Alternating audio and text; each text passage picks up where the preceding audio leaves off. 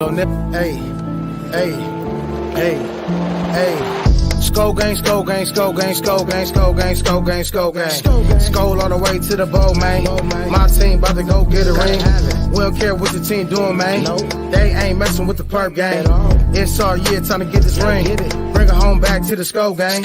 Skull gang, skull gang, skull gang, skull gang, skull gang, skull gang, skull gang. Skull all the way to the bowl, man. My team about to go get a ring. We don't care what the team doing, man. They ain't messing with. We live. Yo, what's up, everybody? Welcome to another Saturday night. Purple vibes in the zone. Yeah, we back with another one. Hey, how you feeling, Zoe? How you feeling, Mike? I'm here, man. I'm blessed. Highly favored. I know. I can't beat that. That's the best. I can't beat that. I'm feeling blessed too. I'm feeling good. We alive. Yeah. We alive to talk that talk. With my Skull brother who put the podcast together. Oh, yeah. Hey, let's get some shout outs. We got Just a Day, Purple and Gold for Days. Be sure to subscribe to his channel. My guy. We got Bob. I want a Mox. I want a Mox. In the building. And Let's always Mary. Welcome. Mary. What's going Who on, else Mary? we got in here? Looks like we got a Packer fan up in here. No, we don't. Hey, Packer fan, you get the Viking horn. Who? Christopher Samuel. But hey, anyways, welcome. Hey, you can come talk that thing, huh? You can come talk your talk too. My worthless opinion. Go Mafia, my boy. Tony Bell. Tony, what's the deal? Hey, Tony's Take's gonna be coming soon. Coming soon to a channel near you. Skull Mafia. Oh, that's my boy Chris. Yeah, he a Packer fan. That's my people. Okay. Yeah, he love the Packer. The Packers ain't shit. I've been telling that shit for years. It ain't about a damn thing. Skull for life. Welcome. My boy Chris tap in. That's what's up. Hey, everybody in the chat, you know how we get down. We drop the link in the comments, but yeah. If you don't want your video, if you don't want to be on video, that's fine too. You could just, if you click the link, just turn your camera off. But yeah, if you want to come talk that talk. Oh, we got a Lions fan up in here too. That's my boy D. What up, D? Fan in the building. What up, D? Welcome to the Kings of the North channel. You know what I'm saying? Vikings, baby. Go purple. He think the Lions got a chance. They don't got no chance, man. That was a 1 year wonder for them. Yeah. Talk to him. There's a 1 year wonder for them, Zoe. Yo, yeah, that was a 1 year wonder. Man, they only won 9 games.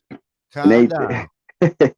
I'm going to the Christmas Eve game versus the Lions. Yeah. Where at Minnesota? Yep.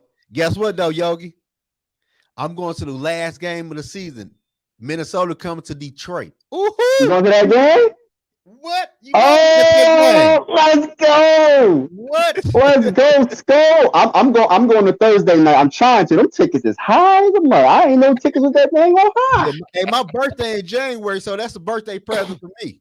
Hey, bro. Early birthday, yeah. Sometimes you just gotta treat yourself.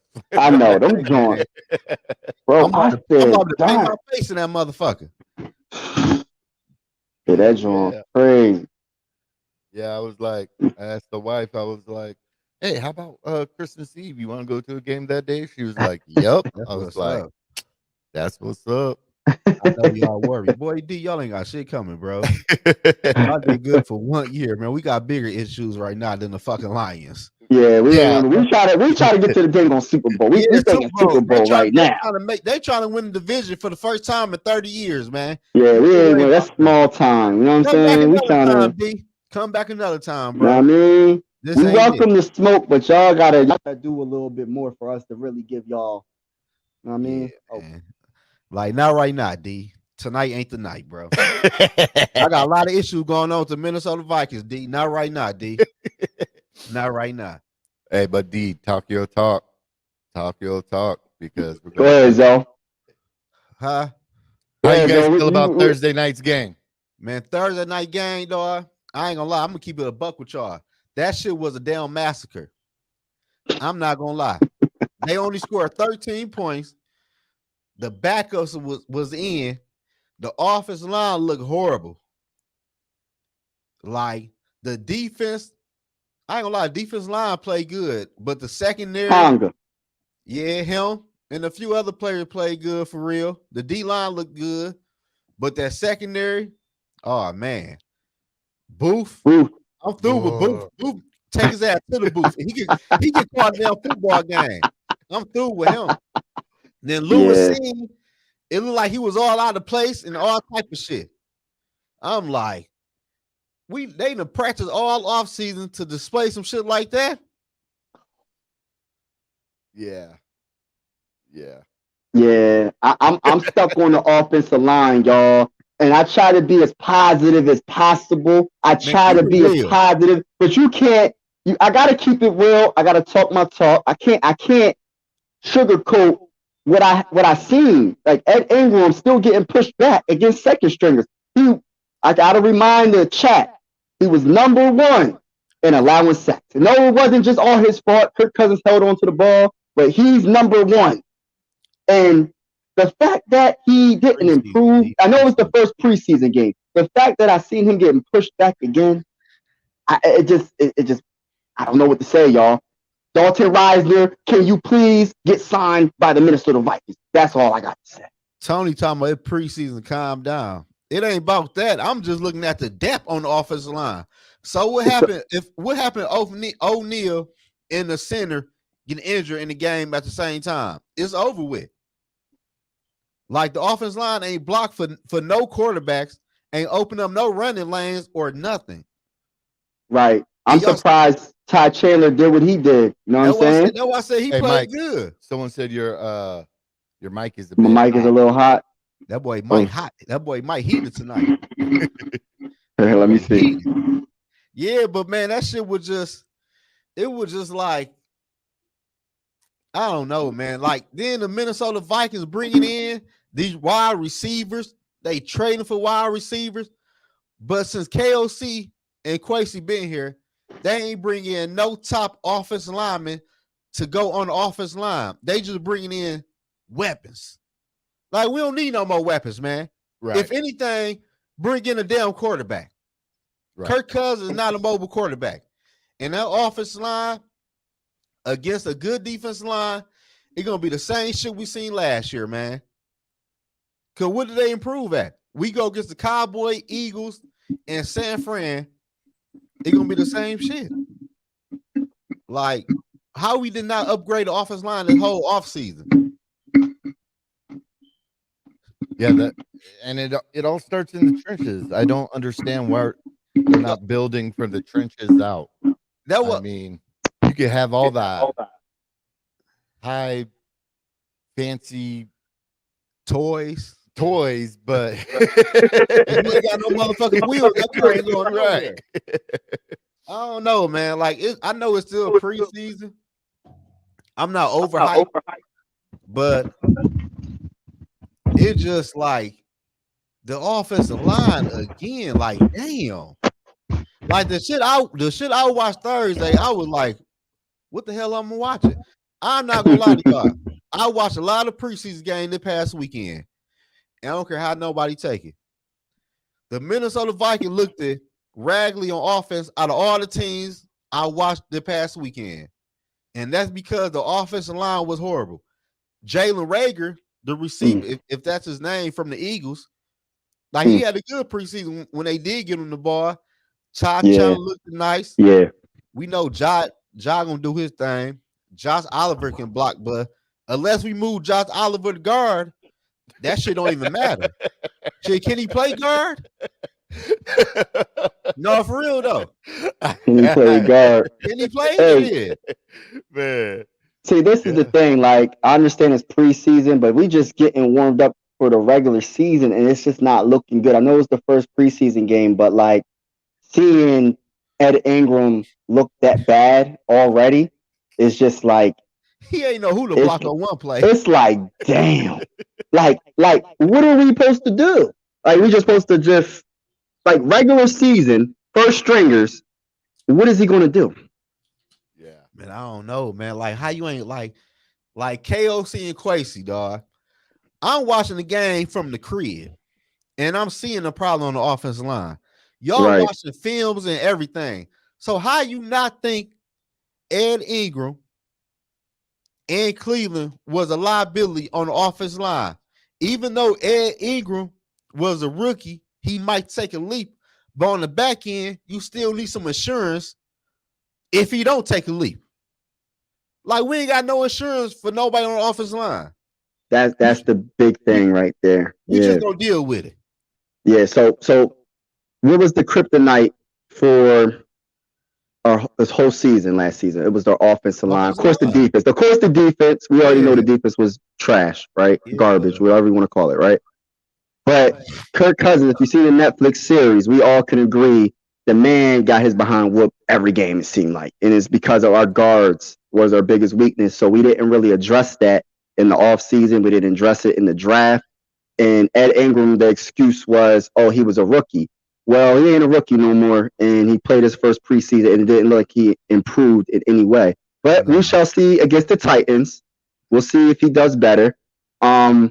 Another concern is, why are we looking at running backs right now? Like, why did Kareem Hunt visit the Minnesota Vikings? Why are we looking at him? Of all the running backs, if I'm going to look at a veteran running back, I'm going to look at Dalvin Cook.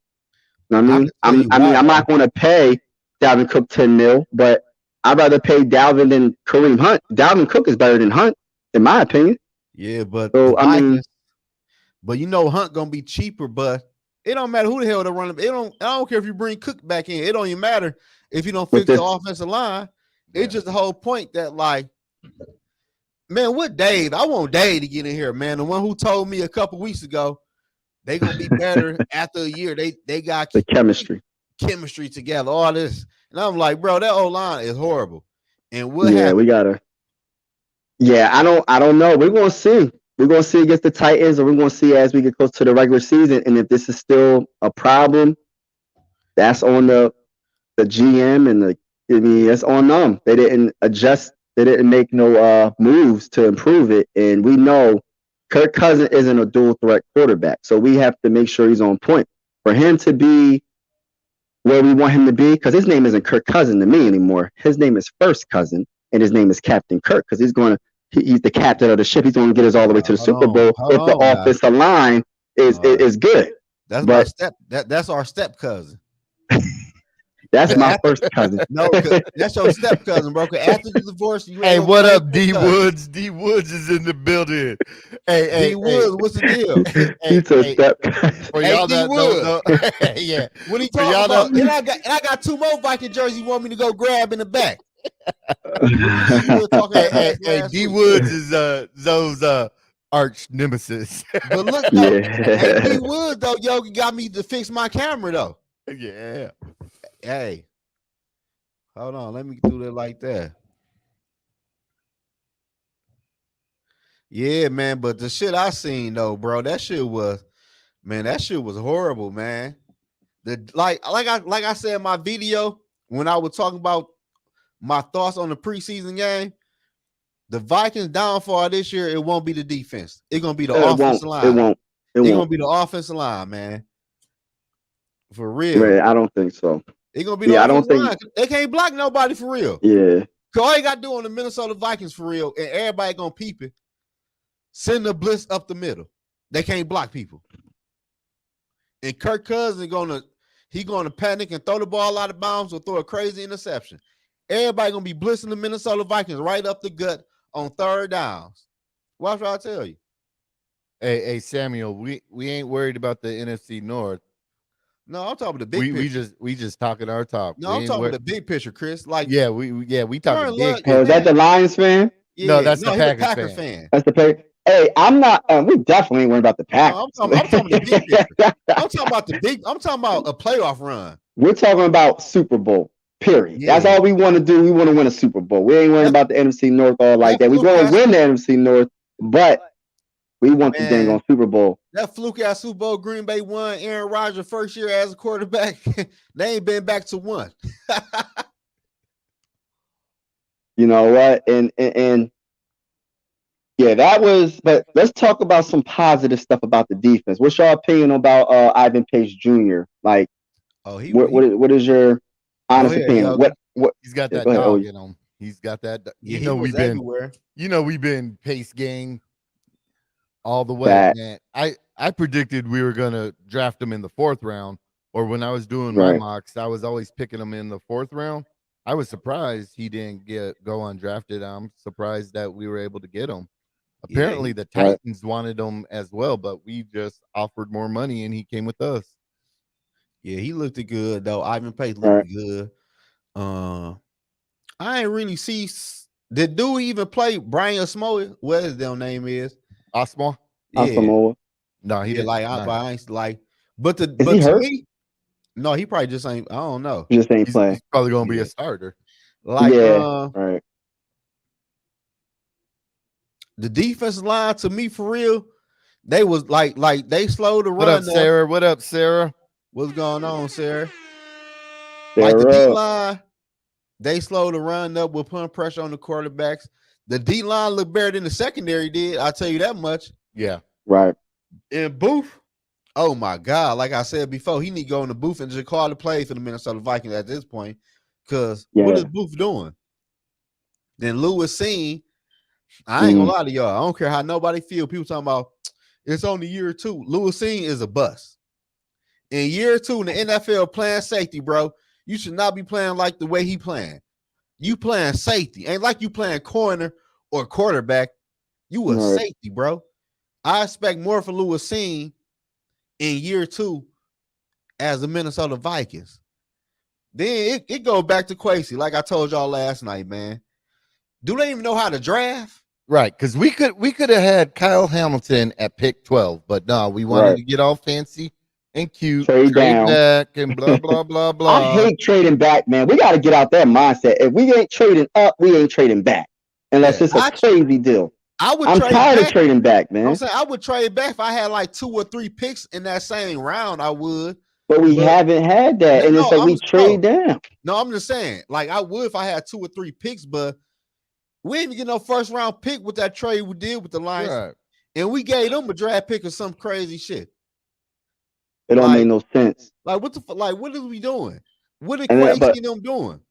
Analytics, man, that shit ain't working. I can draft better. I can draft better than them. R.A.P. Right.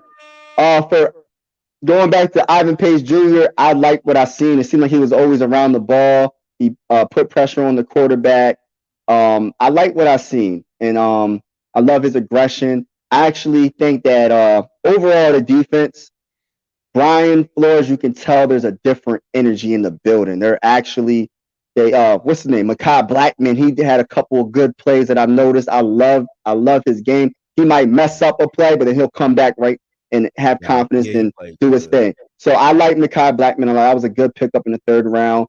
I seen Jay Ward. Jay Ward did some things. But overall, I just like the atmosphere. It's not playing off of the wide receivers 10 yards, and I'm just liking that aggression. I'm tired of that soft behind defense, man. When they was tackling, they was gang tackling. I just like that. The only question I have about Ivan Pace Jr. is I'm not saying he's going to be on the level of Eric Kendricks when it comes to covering, but can he cover a little bit? I know he's more of because you can't always just go after the running back and the quarterback. Can he cover a little bit? Because that's the one thing offenses go after. They go after the linebackers that can't cover before they go after the corners and the safety. So, what's your opinion? Do you think he can cover? Did you notice him covering at all? I didn't see any. There was one play where I couldn't tell if it was him or Seen that messed up, but I think he is going to have to work on some coverage. But right, but because that's the only thing I can think of. Like everything else, I'm like, yo, this dude, he mess around. He gonna end up taking someone's job. I've been saying that lately. He's gonna take someone's job. So I'm predicting he's going to take Hicks' job by week 3. Eventually, yeah. Yeah, but shit, like it depends on what coverage they call on defense. Because if not, you probably could put Pace in on certain down when you probably think they're gonna run the football for real. Because he ain't shit, but what, 5'10"? What up, Dante? Dante in the building, East Coast. What it do? What it do? Yeah. Yeah, So, I ain't really see him cover a lot. Though. I see. Yeah, that's the only thing. I have a question. I want to see him cover, but other than that, man, his motor, his shit. energy, his motor, right? It's just nonstop. He might not be the biggest linebacker, but he plays like the biggest linebacker. That's what I like, and that's what I like about Brian Flores. It's not about where you got drafted at; it's who can play the best. It doesn't matter if he wasn't drafted, if he was a 6th-round pick. If you can play, Brian Flores is going to be like, you playing. So that's what I like. That's what I respect about Brian Flores. So it's going to be a good. I'm happy about this this coaching change, definitely. And it's just the only thing I have the biggest worry about this year, and I hope Ed Ingram can get better, is that offensive line. That's the only worry. Like, I think our defense is going to be pretty good. It's going to be way better than last season. It's just that offensive line, y'all. And then the running game, right? Why are they looking at Kareem Hunt? Is there another injury that we don't know about? Like, what's going on with that? They don't know the fuck they doing. Shit, I could tell like, you why? Shit. I want to see. I don't know. Like, shit. Like I seen a rookie get the ball, Dwayne McBride. but every time he got the ball, shit, somebody was in his face soon he got the ball. And that's right. And that's why I was on team draft Mo Ibrahim from Minnesota Gophers. Hey, Dante's in the building. That's his running back too. But we went with McBride, but I was all about Mo Ibrahim from Minnesota. Right. And sure as shit, McBride, as Tony Bell just said, McBride might not even make the team. But yeah. But look, the shit that had me lost though. The Vikings ain't even draft no damn offensive lineman this past draft. I'm like, how the hell you don't draft no offensive lineman in this year draft? You could lead to somebody in the 7th round. You ain't draft nobody. I'm like, and another thing, like going to the running backs, is like Ty Chandler showed me a lot. For him he didn't run like for 100 freaking yards or whatever, but the way he was bouncing off the tackles, is just like catching the ball. He was picking up blitz. It was just like everything. He was blocking. He did a lot. He showed a lot. And I don't know. I'm not saying he's going to be the 1st-string running back, because I think Madison definitely is going to be that. But he's definitely 2nd-string. He showed me a lot. I hope they give him a chance. I hope they really give him a chance this year, because he showed a lot for him to catch and all that. Like, he does everything. Hey, what up, Chris? Hey, we also got Ron's opinion don't matter. Hey, Ron, if you're a Steeler fan, that's my homie, bruh. I got sorry for you, man. I want Alex Highsmith so freaking bad, but I'm from PA, so I get it all the time, man. The Eagle fans and the Steeler fans, they just. Hey, Mike. Hey, we got Justin Day in the building. Tony had rabbit ears. He knew I was get up in here too, huh? and we got Tony Bell from Tony What's Takes. up with y'all, man? What's going on? What up, my guys? Can you guys hear me? Oh yeah, we hear you good. Okay. What? Okay. Don't start, dude. Do not start. What you say, bro? What you say, Zoe? You got to say something? Mike. They say you need to back up from the mic or something. Oh, it's my mic? Yeah. Or you need to turn the gain down a little bit, because you coming in like, sure. You coming in a little hot. Yeah, we know you mad today, but how's it sound? Is it better? That's getting a bit, but that's better. Yeah. Go a little bit more though. Hold on, know what I'm gonna do? Shout out Sarah. Ron's opinion don't matter meets my worthless opinion. I like that. There you go. That's a good one, Sarah. So what up, though? How y'all doing? Pretty good. So what was your guys' overall impression of the first preseason game? I know you guys said, it's just preseason. No, I said it's just preseason. I'm not gonna start freaking out till probably next week. After the Titans? Shit, yeah. you do. Yeah. It's the first game of the year. I'll give him a pass. But I did see a lot of things that were cause for concern. I'm just being Absolutely. honest. Like where? Offensive line. Man, that old line was horrible, wasn't it? Like, listen, my dude. Hey, Tony. Man. Yeah, the Vikings probably had the worst offensive line play I've seen the whole preseason. And here's my question about the offensive line. It's personnel. A lot of it is personnel. Yeah. Where does coaching get the blame? Because they need to get some blame. And there's 2 offensive line coaches. Bring back Mike Tice. Something's getting lost in translation. I'd love to have Tice back, but he won't come back after what the Wilfs did. No, of course not. He won't.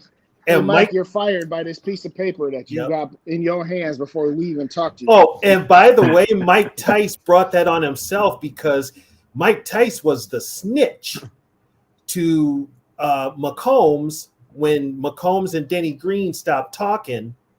The snitch that told McCombs everything was Mike Tice, which is why Mike Tice got the head coaching job when he got it. Well, he got that job for that and because he was dirt cheap. And McCombs didn't want to pay nobody. So here's the thing. He bought the team in 98 and he purple pride. And once he realized he was not going to get a stadium done, he just stopped putting money into that team at all. Well, from what I had a friend that worked out there, and he said every day he threatened to move the team to San Antonio. Every day. Every day. Hey, quick shout out. We got D Woods in the building too. What's up, D Woods? What's up, D Woods? Hey, what's up, fellas? How y'all doing today, man? Deal, my guy. Be sure to check Skull's State of Mind on YouTube and like and subscribe his channel. And we got Purple and Gold for Days, Mike Sports Vibes, and In the Zone podcast. So I'm gonna start getting their channels and post them in the. Hey, real quick.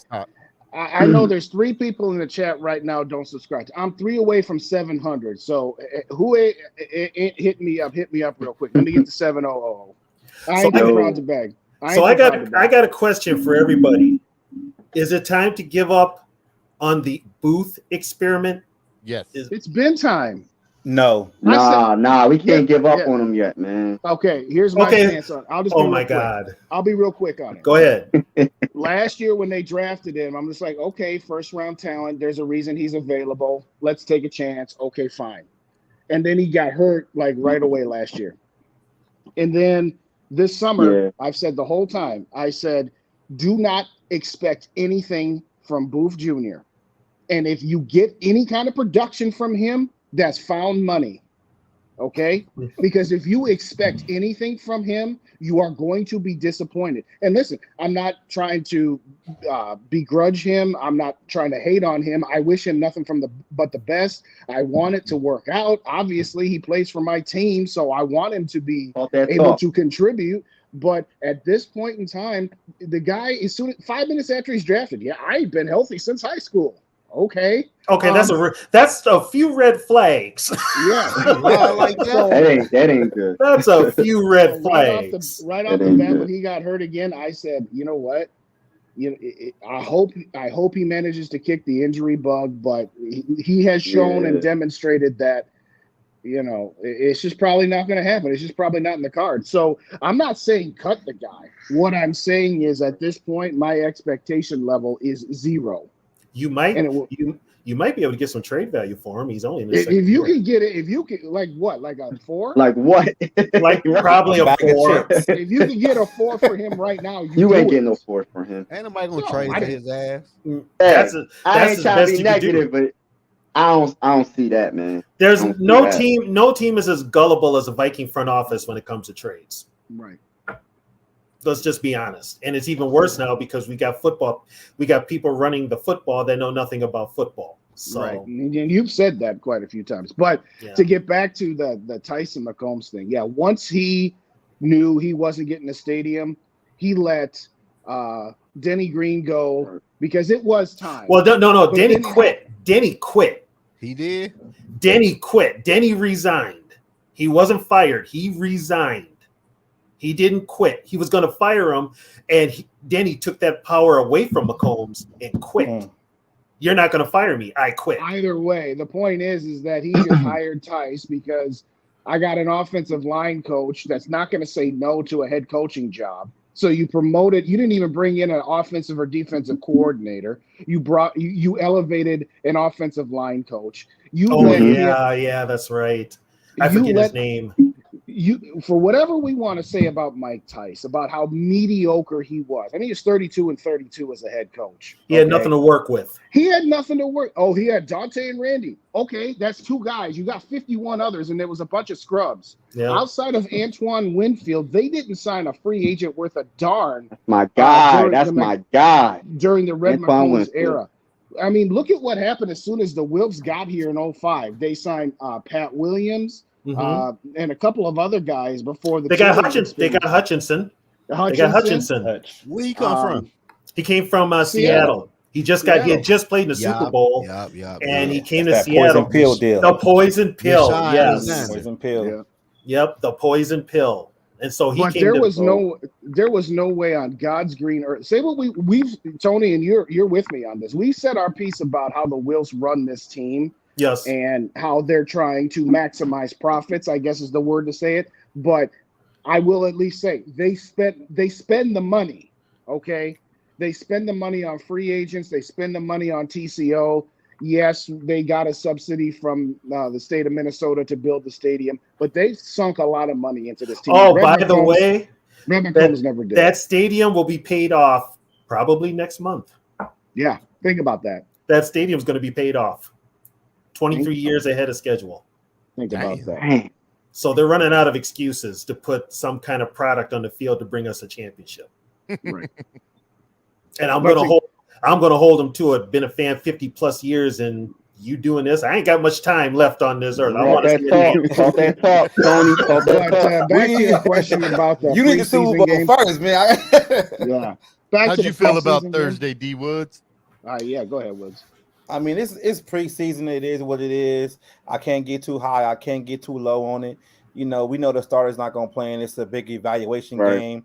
So I'm just saying, like, that's the starting point. I want to see what they can do, if they can build, you know, from that and actually get a lot better. Like, I'm just not going to be too wild about it. It's preseason, you know. I got a question for these Bears fans trying to talk up Justin Fields, threw the ball 7 yards past the line of scrimmage and got 129 yards and a couple touchdowns. I'm like, yeah, I saw that. I saw that. How many times the Raiders won every preseason game and went to the season and didn't do nothing? How many times did Detroit win every preseason game and then lose every regular season game? Y'all already talking about the Lions. I know Zoe know about them Lions doing that. Hey, shout out real quick to VAQ Embrace the Suck. Lifelong Giants fans on the Vikings. I do have a question for everybody. Did everybody notice Jalen Hall came in, he looked pretty good. Then all of a sudden, it's like KLC got in his ear and he started looking hesitant. Was that just me, or was it? He looked a little frazzled after that. Yeah, you're right. He looked a little hesitant. It was something different. Yeah, and that O-line was terrible for him. I mean, my boy Mike was just like, "Oh, Jaren Hall looked terrible." I'm like, "Did you see?" I mean, again, that offensive line but that line didn't do anything for him. How can you do anything with that? That offensive line is just. So my sources told me. So KOC was telling them, "Hey, our O-line sucks. Just scramble. If you got to throw it away, throw it away." That's what the sources are telling me. But his first third down throw, he completed it for a first down. Yeah, and then he had that jump ball to what's that new wide receiver? I know. And Kill Harry. That was a heck of a throw. Yeah, it looked nice. That throw was nice. The rest of it was just like. But Tony, you remember 1999 when we drafted Dante and he was the third string and he went in after Randall and Jeff George behind the third string O-line and he looked terrible because he had nobody. God.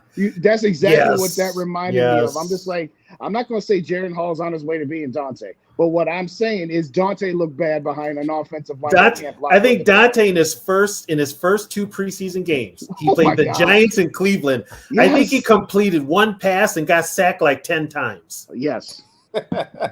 It was bad. It was bad. I was like, God, I hope we don't lose Cunningham or George, because if it's Culpepper, we're screwed. Hey, why we lose Cunningham? What happened? I don't remember what happened. Cunningham got benched.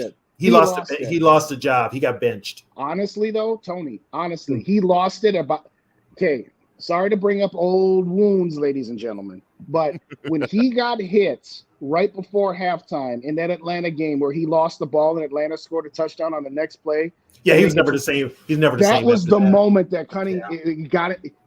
I say psychologically. He turned into Kirk Cousins before KOC. It was all in his head after that. And even in the next season, he had nothing. He got benched in the middle of the Detroit Lions game, and he was never the same after that. Never the same. Never the same. Yep. Yeah, and Denny was quick to bench quarterbacks too. He was really quick to bench quarterbacks. He wasn't quick to bench Randall because that was game 6. He stayed loyal to Randall for some reason. Right. No, I think we know the reason, brother. I think we know the reason. Yeah, we do. We all here. Let's just call it for what it is. But and I give Denny credit for that. But you got to pull the plug eventually, good or bad. No, in fact, he wasn't going to pull Randall. The story is that Randall went up to him and said, "I can't do it. You got to take me out." So Denny didn't even bench him. Randall tapped out in that Detroit game. They were down 19-0, and Randall I remember. Tapped out. Well, Randall tapped out from the start. I'm not sure if Denny liked Jeff George. Did he? No. I didn't think so. He tolerated him, and that's it. Yeah. And I think that was a Wood signing or whoever was a GM then, but he didn't want Jeff George. Hey, but look, how on a scale from 1 to 10, what are y'all concern level with Ed Ingram? Because he not no 20. backup. 30, 40, 50, 60, 70. I'm not concerned at all. I'm not concerned at all. Okay, Mike, you talk your talk. Go ahead, Mike. I'd love to hear this one, Mike. Go ahead. I want to hear what D Woods got to say. Go ahead, Mike. I'm joking. Go ahead, Mike. I've been talking that talk about Ed Ingram. I've been said when we picked up Bobby, what's his name? Bobby Evans. I said this don't make no dang sense. We got the number 1 in allowed sacks, and now we got the number 2 in allowed sacks. We got to get him off the team. I don't know what's going on. We didn't make no upgrades or nothing. He looked terrible. Yeah, not only that, you re-signed Bradbury. That was dumb. So how are you going to say dumb. 1? How are you going to say no, 1? I was joking, Justin. Okay. I'm at a 50. Y'all late to the party. I've been said he ain't but this with my boy David. My boy Dave said chemistry. Dave back. Tell Dave. Chemistry. He said chemistry. Yeah. He said if the O-line has chemistry, they're going to be fine. So we're going to see what happens. They'd be fine. He said they'd be so. He said that you. He said, "Well, it's the whole. If our defense can just be average, we'll be fine. If our O-line can just be average, we'll be fine." I'm like, yes, that will get you through a 17-game regular season and you'll win 10, 11 games. But it's about when you get to the playoffs and you're hosting a Dallas, you're hosting a Detroit, you're hosting a Seattle. You're going to be in a dogfight. And if you win that dogfight, you're going to go to San Francisco or Philly, and then you're going to get killed. So who cares about being just okay? That's over. I always say, and I want KOC to do this. He's got to figure it out. Offensive linemen love to run the ball. They play better going forward than they do backwards. Start running the damn ball. Forget the trend in the NFL where everything is pass. No, the trend is go old school. You're going to have to. That's the only thing that will give your offense that. They will get that. They will get that confidence, and they'll be like, you know what? We may not can pass, but we sure can run on these moles. Thanks. Thank you. It's not rocket science. It really isn't. I mean, but KOC be getting too cute though. That's the thing though. KOC is too cute. He is right too now. cute. You know, we get it, but KOC go out there, 4th and 2, he doing a quarterback sneak, or he trying to do a jump pass in the red zone with Dalvin Cook. Like that one was so bad. That was terrible. I don't know what he was. So I got a question for but y'all. To answer your question sorry. Go ahead.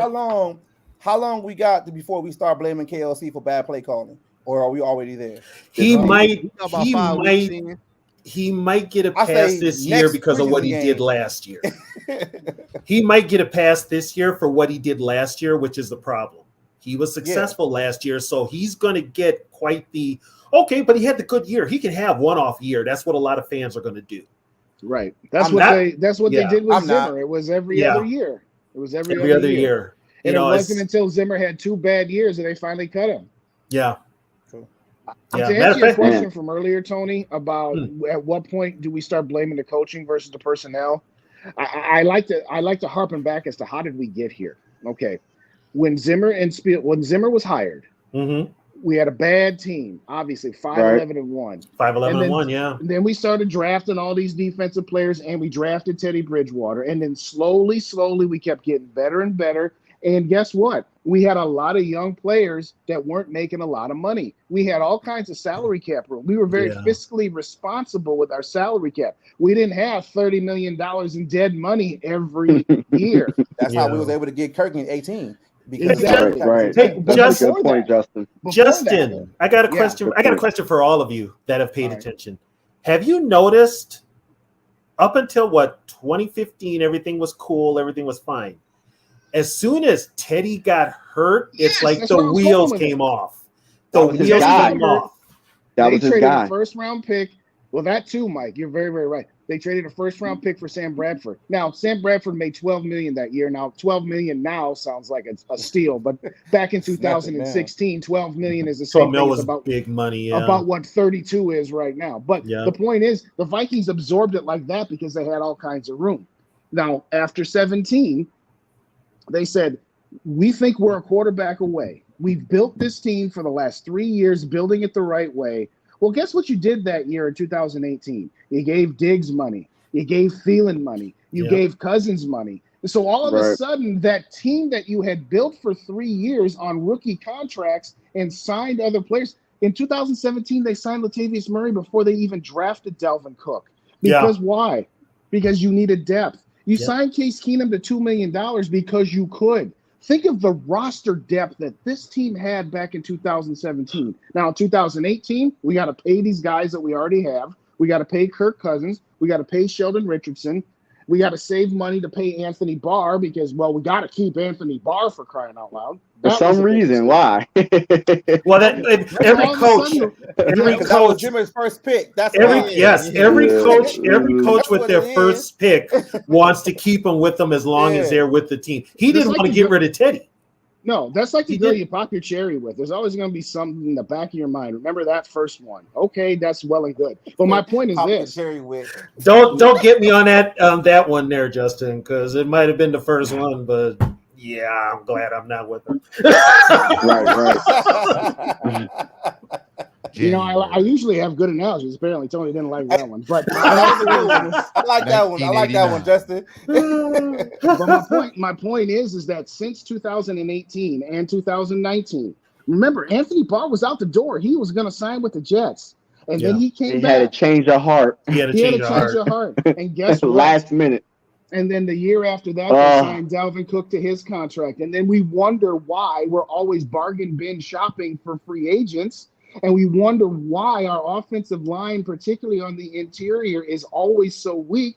It's because guess what? Offensive linemen, unless they're like elite tackles, you got to give the interior guys 2 or 3 years to develop. But we've been in this win now mode of we spent all of this money the last 5 years that we don't want to be patient with interior offensive linemen. Well, if that's the case, you have to sign one. But we can't sign one because we don't have any money. And no money. And that's why we didn't get Dalton Reisner, because we probably can't. Could get Reisner if they Reisner is still out there. For what? Why though? From what I understood, the two things, like I think Justin, you said it. He wasn't guaranteed the left guard spot to be a starter.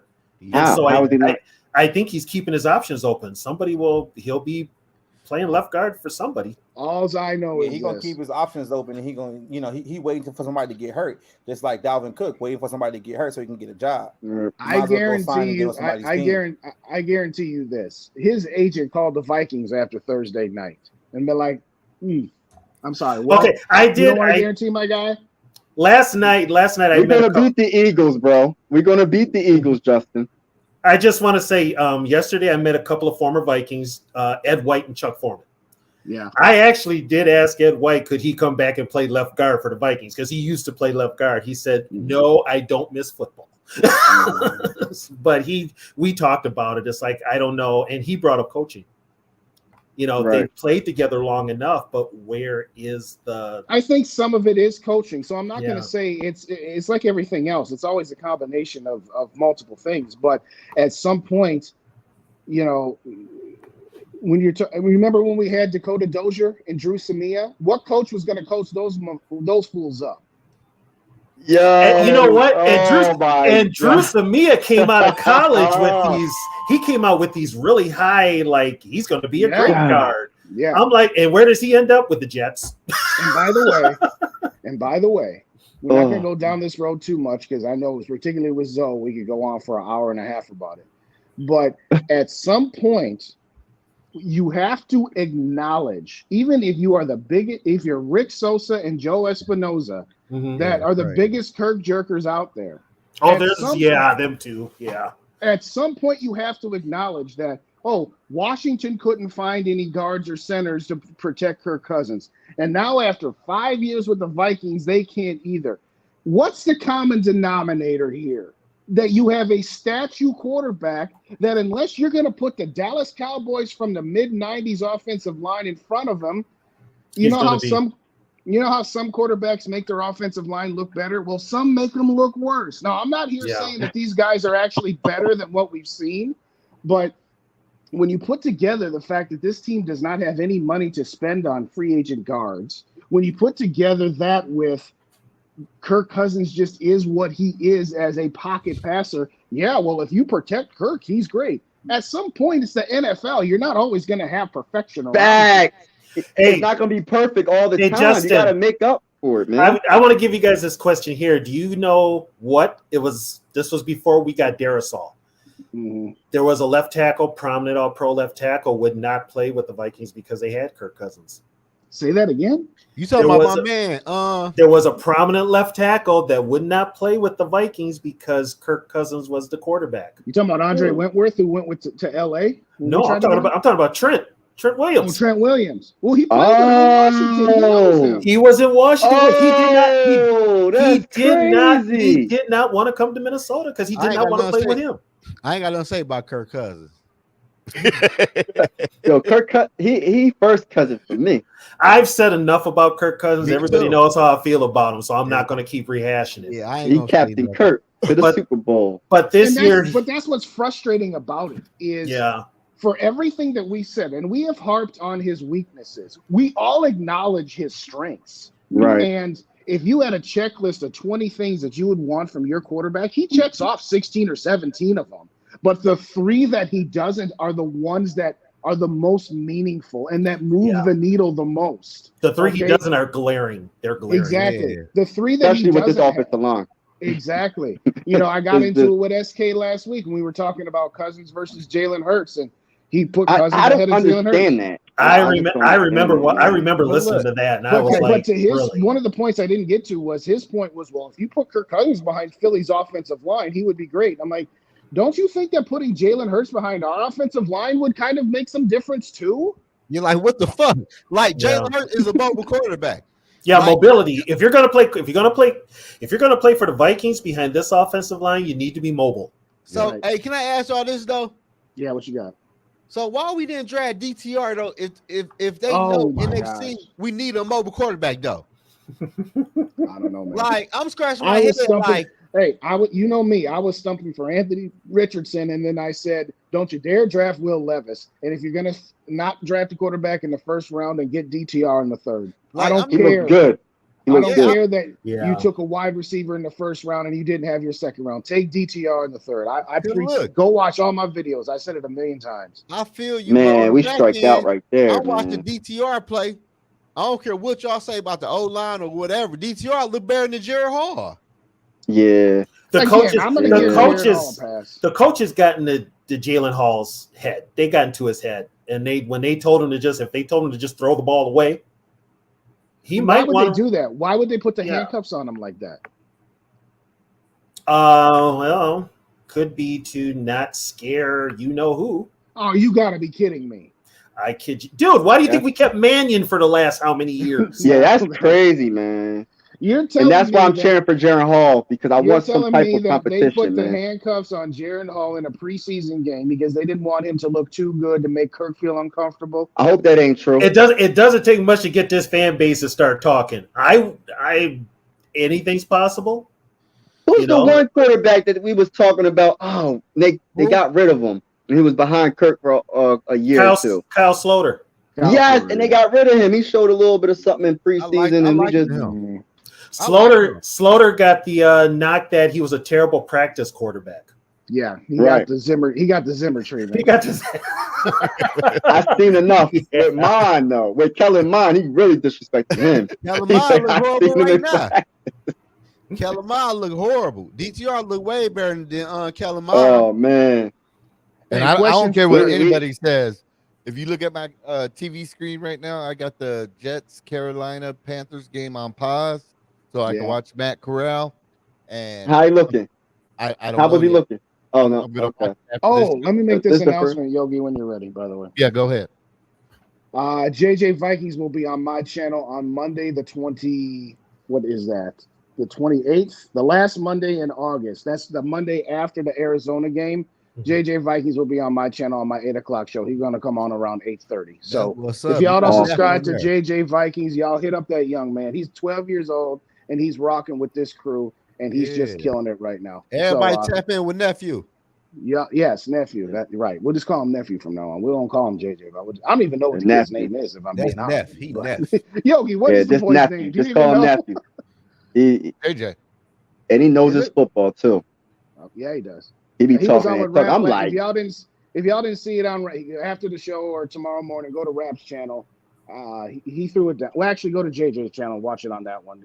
Let's get him some more. Get his views up. Yeah. But anyway, yeah, he'll be on my show on the 28th at about 8:30. I told him I'm gonna start the show. I'm gonna do about a half an hour my review of the game and my experience meeting Yogi, and I told him come on about 8:30. So he's gonna be on my channel. Hey, Justin, are you gonna be at the Arizona game? Yes, I'm gonna be at there. I'm gonna be at the. And by the way, Yogi, where are seats at for that game? By the way, I can look look it up. into it. I'll have to look for you guys because I'll be at the game. Oh, you're gonna be there? All right, cool. Yeah. I'll be there. Don't get too crazy as I'm bringing. I think we're in section 323. 323. Yeah, I like that side. It's like 323 or 333. Is that upper level? Yes. Yeah. Yes. Okay. But it's on the Viking side. It's on the Viking side. I got lower level in the end zone. Okay. Well, you know what? It's a preseason game, so it ain't like we're not gonna have some time. Exactly. I got my daughter there, so you might have to come find us, but we'll figure it out. I'll look for you. And how the preseason game go in Minnesota? Y'all sit at the assigned seats? Every game. I got these tickets from a friend of mine, so that's why I'm going. They're expensive. I'm just gonna put that out there now. They're expensive. Well, preseason games? They all count the same. They're all the same price. For real? Yeah, they're all the same price. Charge the same amount for preseason games. What was you? Wow. What was you thinking? $20 discount tickets up in the rafters? I ain't gonna lie to you. I paid $10 to go to the Lions games. It's the Lions, dude. Go figure. He said $10. I ain't like you get a ticket for $20. What? You said 323? You said 323? They need to give them tickets away. Nah, you find it. That's crazy. Lions did though sell out they sold out their games this year. Congratulations. Welcome to 1998. Exactly. Exactly. I can't wait to shut them up, man. So a preseason game be costing hundreds of dollars? Yeah, it's the same price as a regular season game. Yeah. Damn, that's crazy. That's the NFL, dude. You want to buy a season ticket package, you have to buy all 10. You don't get to just buy the 8 regular seasons. You buy the regular season plus the preseason. Okay. Yeah. Yep. Yeah. And depending on the extra game, like the 17th game, depending on where you're playing, you might only have one preseason game that's at home. I'll tell you what, though. I'm at that Lions and Vikings game here, week 18. Oh, man. Oh, Jared Hall be playing that game because we'll I'm like to paint my face that game. Dan Campbell might not even have a job by then. Dan Campbell, he might be fired by then. They love Dan Campbell bum ass. Hey, Sarah put me on to this podcast, this daily podcast by this Lions guy, and he has Bears. What's his name? Sarah, put it in the chat. What's that guy's name? You talking about Detroit Lions Syndicate? I'll find it. But yeah, I think so. He black got a bald head? No. He white got a bald head. If we gonna be like that, I mean, Oh no. Come on, say Detroit Lions Syndicate. That's my guy. I be fucking with him on the no, internet. it's not your guy. It's a different guy. I'll find it. No, I don't know But who he anyway, is, then. they are 323 talking rows 7 and 8. 323. Okay. Yep. That's not off. That's not far off the end zone. Are you on which side are you on, Tony? I am on as soon as you get in. As soon as you get in the doors, my seats are right there. Tony probably got some good seats. They're pretty good seats. Yeah. I already know. I could tell. Tony got some VIP You in one- seats. I'm in 142. Oh, you on the opposite side, but that's all right. We'll still Aisle seats also, so I can get the hell out of there. Just Hey, honestly, I asked y'all, yeah, what's up? Justin and Tony. So who looked good in the preseason game in the yard though? besides Ivan Pace Jr. And Ivan Pace Todd Jr. Chandler. Chandler did. Chandler, I'd almost start Chandler. Man, he looked Impressed good. me. He impressed me a lot with that offensive line, and then blocking and catching the ball. He did everything. Okay, now I'm going to bring this up to you guys. Put on your coaching caps. You want to run the ball, right? Give this offensive line some confidence. Why don't you put Chandler in the backfield with Madison? You could do that. Chandler in the backfield. Why don't they? They never have since KOC It's new been yet. here. It's new. Damn, they didn't even do that with Zimmer. Like, rarely I know. did they have Cook and Madison back. They never put Right. they never put Chester in the same backfield with AP, and I never understood that. That would have been Oh, Chester Tate. That would have been- That was my guy. That was my guy too. I was like, yo, and then Where did he AP go just after he took left it. Minnesota? Chester went to Chicago. He ain't do shit in Yeah. Chicago, did he? No, he didn't. Mm-mm. Then Man, after that was my Chicago- guy. then after But Chicago, I'm just bringing that up because you put them both back there. It makes a defense you can't key on anybody. Hell But you no. sent them both. One has speed, one has power. Wear down that defense. Old school football. And it'll give your offensive line some confidence. And play action works with it too. Right. You know, how y'all like Jalen Rager? Well, he was playing backup, so he should look good. Yeah, He looked like good. was a first He round looked pick. good. He might be the third wide receiver. well, he looks like his job is in jeopardy. He might get He cut. looks, yeah. Now here's my question: where's Jalen Naylor? huh? He's been hurt. He's been hurt, hasn't he? Shit, he might get cut. Hold on. No, that's he'll be that's like Keen- be the fourth No, wide that's receiver. no, guy. that's That's their guy. Keenan's guy. That's McCardell's guy is Naylor, but he can't stay healthy either. That's what I'm saying. I'm like, for a team that we've had a lot of injuries with that last year's rookie class, a lot, and I don't know Yeah. what that's about. Hey, Tony, I was telling Mike and Yogi, man, I don't think this front office know how to draft, man. Do we need to go Are through they? this again? No. You ain't gotta go deep. I'm just saying in general, though, like they don't know what they doing though. Cause Lewis Seen is a bust. Well, he's not a bust yet. He's not a bust He yet. about to be a bust. I'll say it goes back to when you were talking about. I said this in my recap video on Friday. I said I have my concerns about Lewis Seen, but at the same time, the safety room is pretty deep. He is coming off a horrific injury, and it's not his fault that his general manager drafted him in the first round. It's not his fault that his general manager looked like a fool with not getting as much value in return for the trade he made. And it's not his fault that somebody else in the league, and Kyle Hamilton, looked pretty good in a different system. Because two things with that. Those things we as fans say, Lewis Seen was our first pick ever from Kwesi, and we traded down because that was our guy. That's not Lewis Seen's fault, number one. What is it, the Jetsons, or what is that? Oh, that's my phone. Oh, it's not like the Jetsons. It was the Jetsons. It I was was the like, what's Jetsons. going on here? That's my girl. That's my girl hit me up. Oh, Oh man, Ooh, that late night text. ain't nothing wrong. Hey, You ain't still nothing wrong up? with 10 that. o'clock text. You baby, up? where you Hey, at? ain't nothing wrong with that, You my up? Well, brother. she's a- Ain't nothing she lives in- wrong with that. She lives in California and she's a Falcons fan, so she kind of Oh, feels my wow. pain That's as it. far as being a Viking fan. Man. She But I'm kinda gonna feels touch my on pain. this, Yogi. Yogi, you said this earlier, and Ramp wasn't interested in reading any of my chats tonight on your show earlier. But I will say this: the Kyle Hamilton talk needs to stop. It needs to stop for this reason only. Kyle Hamilton in the Ed Donatell defense would not look like what Kyle Hamilton did in Baltimore. So we don't know if we had drafted Kyle Hamilton what he would or wouldn't be. Just because he looked good somewhere else, he would not have looked good with us last year. We all acknowledge that. Right. Okay. But we would have had him. And that's true, though. That's a good point. But what I was saying is you would be like, hey, our starting safeties would be Harrison Smith and Kyle Hamilton. We don't know what Kyle Hamilton would be starting or not because we wouldn't know what we have in the guy. There is one thing, though. There is one thing, Justin. You can blame Scene for not putting his head in the playbook. I'll give you that. Yeah, that's his biggest problem. He hasn't put his head in the playbook. He looked lost. He definitely looked lost. But, yeah, it's. I don't know what he did at Georgia. He probably freelanced at Georgia and got away with it with all the talent. Because he was surrounded by a good defense. Right, but here that D line was. But up here, but when you get to the NFL, it's a whole different breed. He's got to get his. He's got to take it seriously. How do you guys feel about Andre Carter? Because when I was watching it, and the announcers were like, "Oh, look at Andre Carter running over the." To me, it looked like he was just running to run. Like he's got the endurance. Let's just put it that way. I'm like, I gotta see more. I didn't see it. Yeah, he didn't show me anything as far as pass rush. He didn't really show me anything at all. Yeah. But he's real. He's got the size.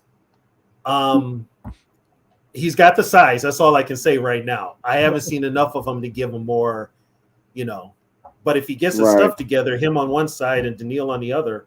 Mm-hmm. Like one play, he was freaking going in. He just stopped rushing and just started running towards the freaking ball was in the air. He just started running. I'm like, he might, you know what? It's their first game and they might have had the jitters. I'll give them that. Okay. But it's, they're rookies, but he's a little smarter. He was in the Air Force. Come on now. He was military. So... the first game, it looked like the first game. It did. Right. Some of the players look lost. A lot of players look lost. and also, you know what? KOC didn't look like he knew what the hell he was doing either. He had moments where he was just who? No, Nick Muse. Yeah, he'll be gone. I hope he enjoyed that touchdown because he ain't gonna. I hope he enjoyed doing that. Number 44.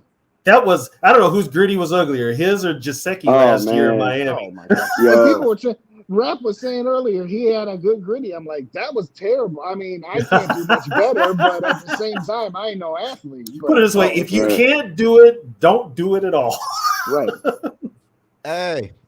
Hey, real quick. Mary, both Yogi and I just put JJ's link in the comments. So if y'all hit up JJ, it's in the link right now. Go ahead, Joe. Everybody subscribe to nephew page.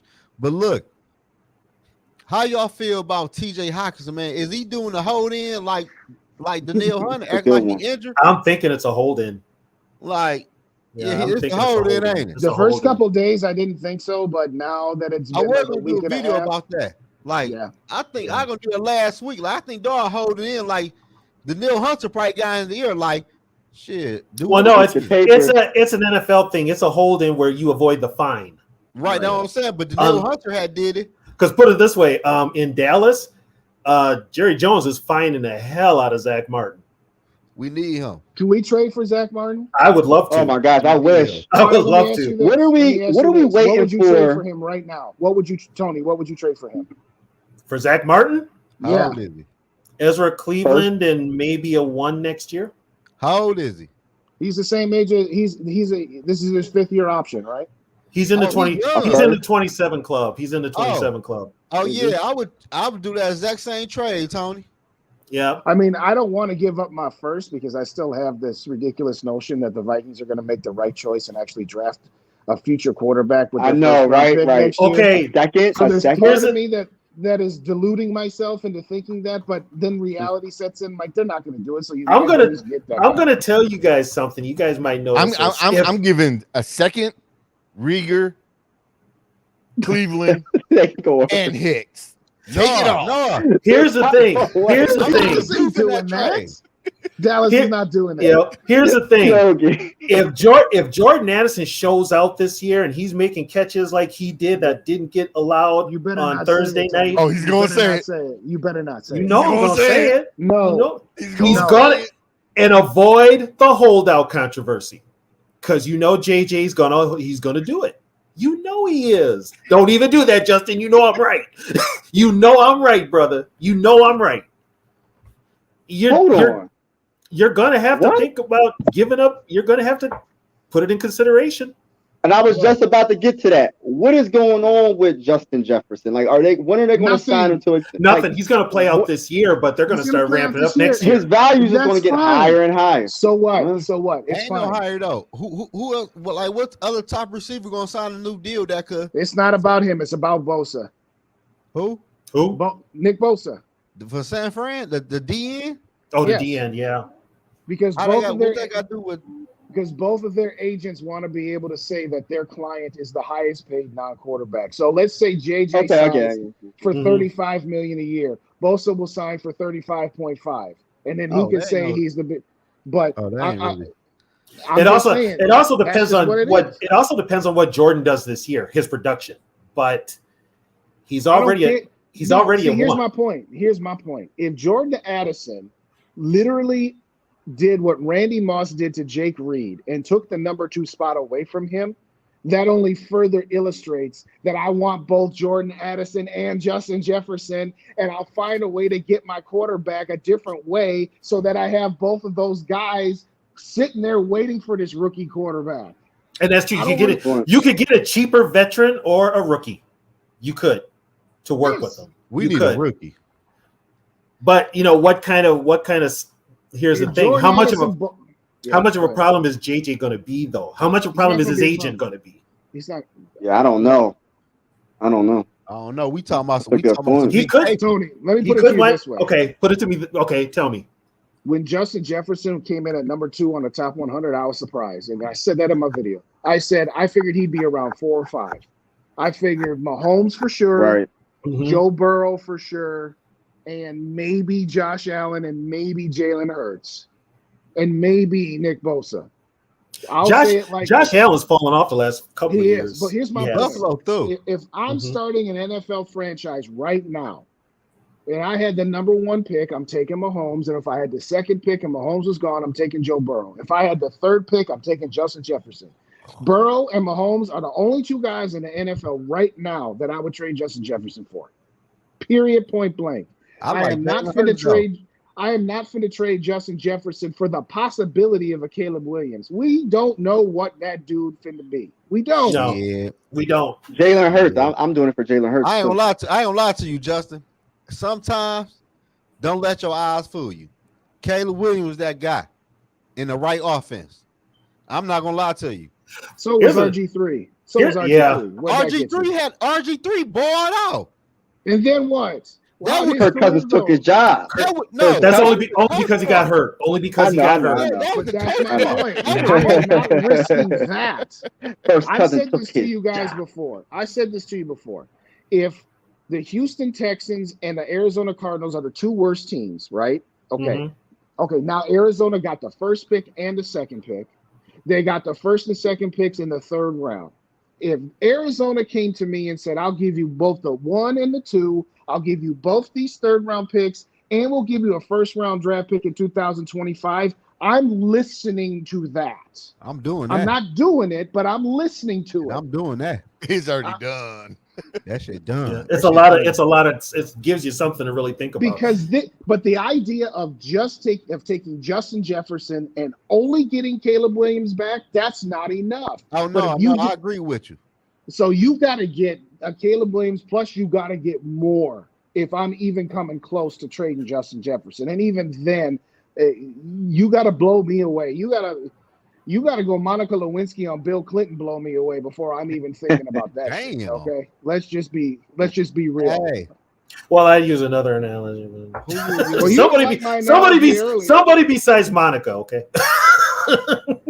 Somehow I he need felt blown Superhead. away by that one, so I don't know. But anyway, my y'all point know is who this. Superhead is? Shit. Did you really go there, Zoe? Did you really go there? Yo, what is going on the live tonight? What is going on the live tonight? All right, see, Bob made a good point. Ryan Leaf was thought to be what Caleb Williams was thought to be too, and how that turned out. Stop that, man. Caleb Oh yeah, Williams. yeah. Ryan was just a joke. My God. So all I'm saying is no. If you came to me with 2 first-round picks and 2 third-round picks and then another first-round pick, okay, I'm listening at that point. But no team would do that. No team would give you enough value for JJ because that's my point. I just gave you a ridiculous trade scenario to illustrate how much it would take for me to do it. But no team in their right mind, no team would do it. But do that in the first place. But when you don't, if you have a competent front office, yeah. But this front office, my God. Mike Lynch. What's that dude's name that did the Herschel Walker trade? Mike Lynch? Mike Lynn. Mike Lynn's not general managing some team that's going to give you 5 first-round picks for Justin Jefferson. So you wouldn't trade Justin Jefferson for a first, Martin, and the following year's first? Say that again? 2 firsts and Martin. 2 firsts and Martin. 2 firsts for to Martin? Dallas? To Dallas. Yeah. First of all, I am not doing another trade with Dallas. I'm not giving Dallas JJ. Yeah. The phone lines of Dallas are. I'm cool. Yeah, the phone lines of Dallas are closed. Yeah. Would I give my first in Cleveland for Martin? Yes, I would. Not because I think that makes us a Super Bowl contender, but it definitely makes us an NFC Championship game contender because now you have closed the gap with San Francisco. To where I would feel confident going to San Francisco and beating that team if we had to. Is Martin a left guard?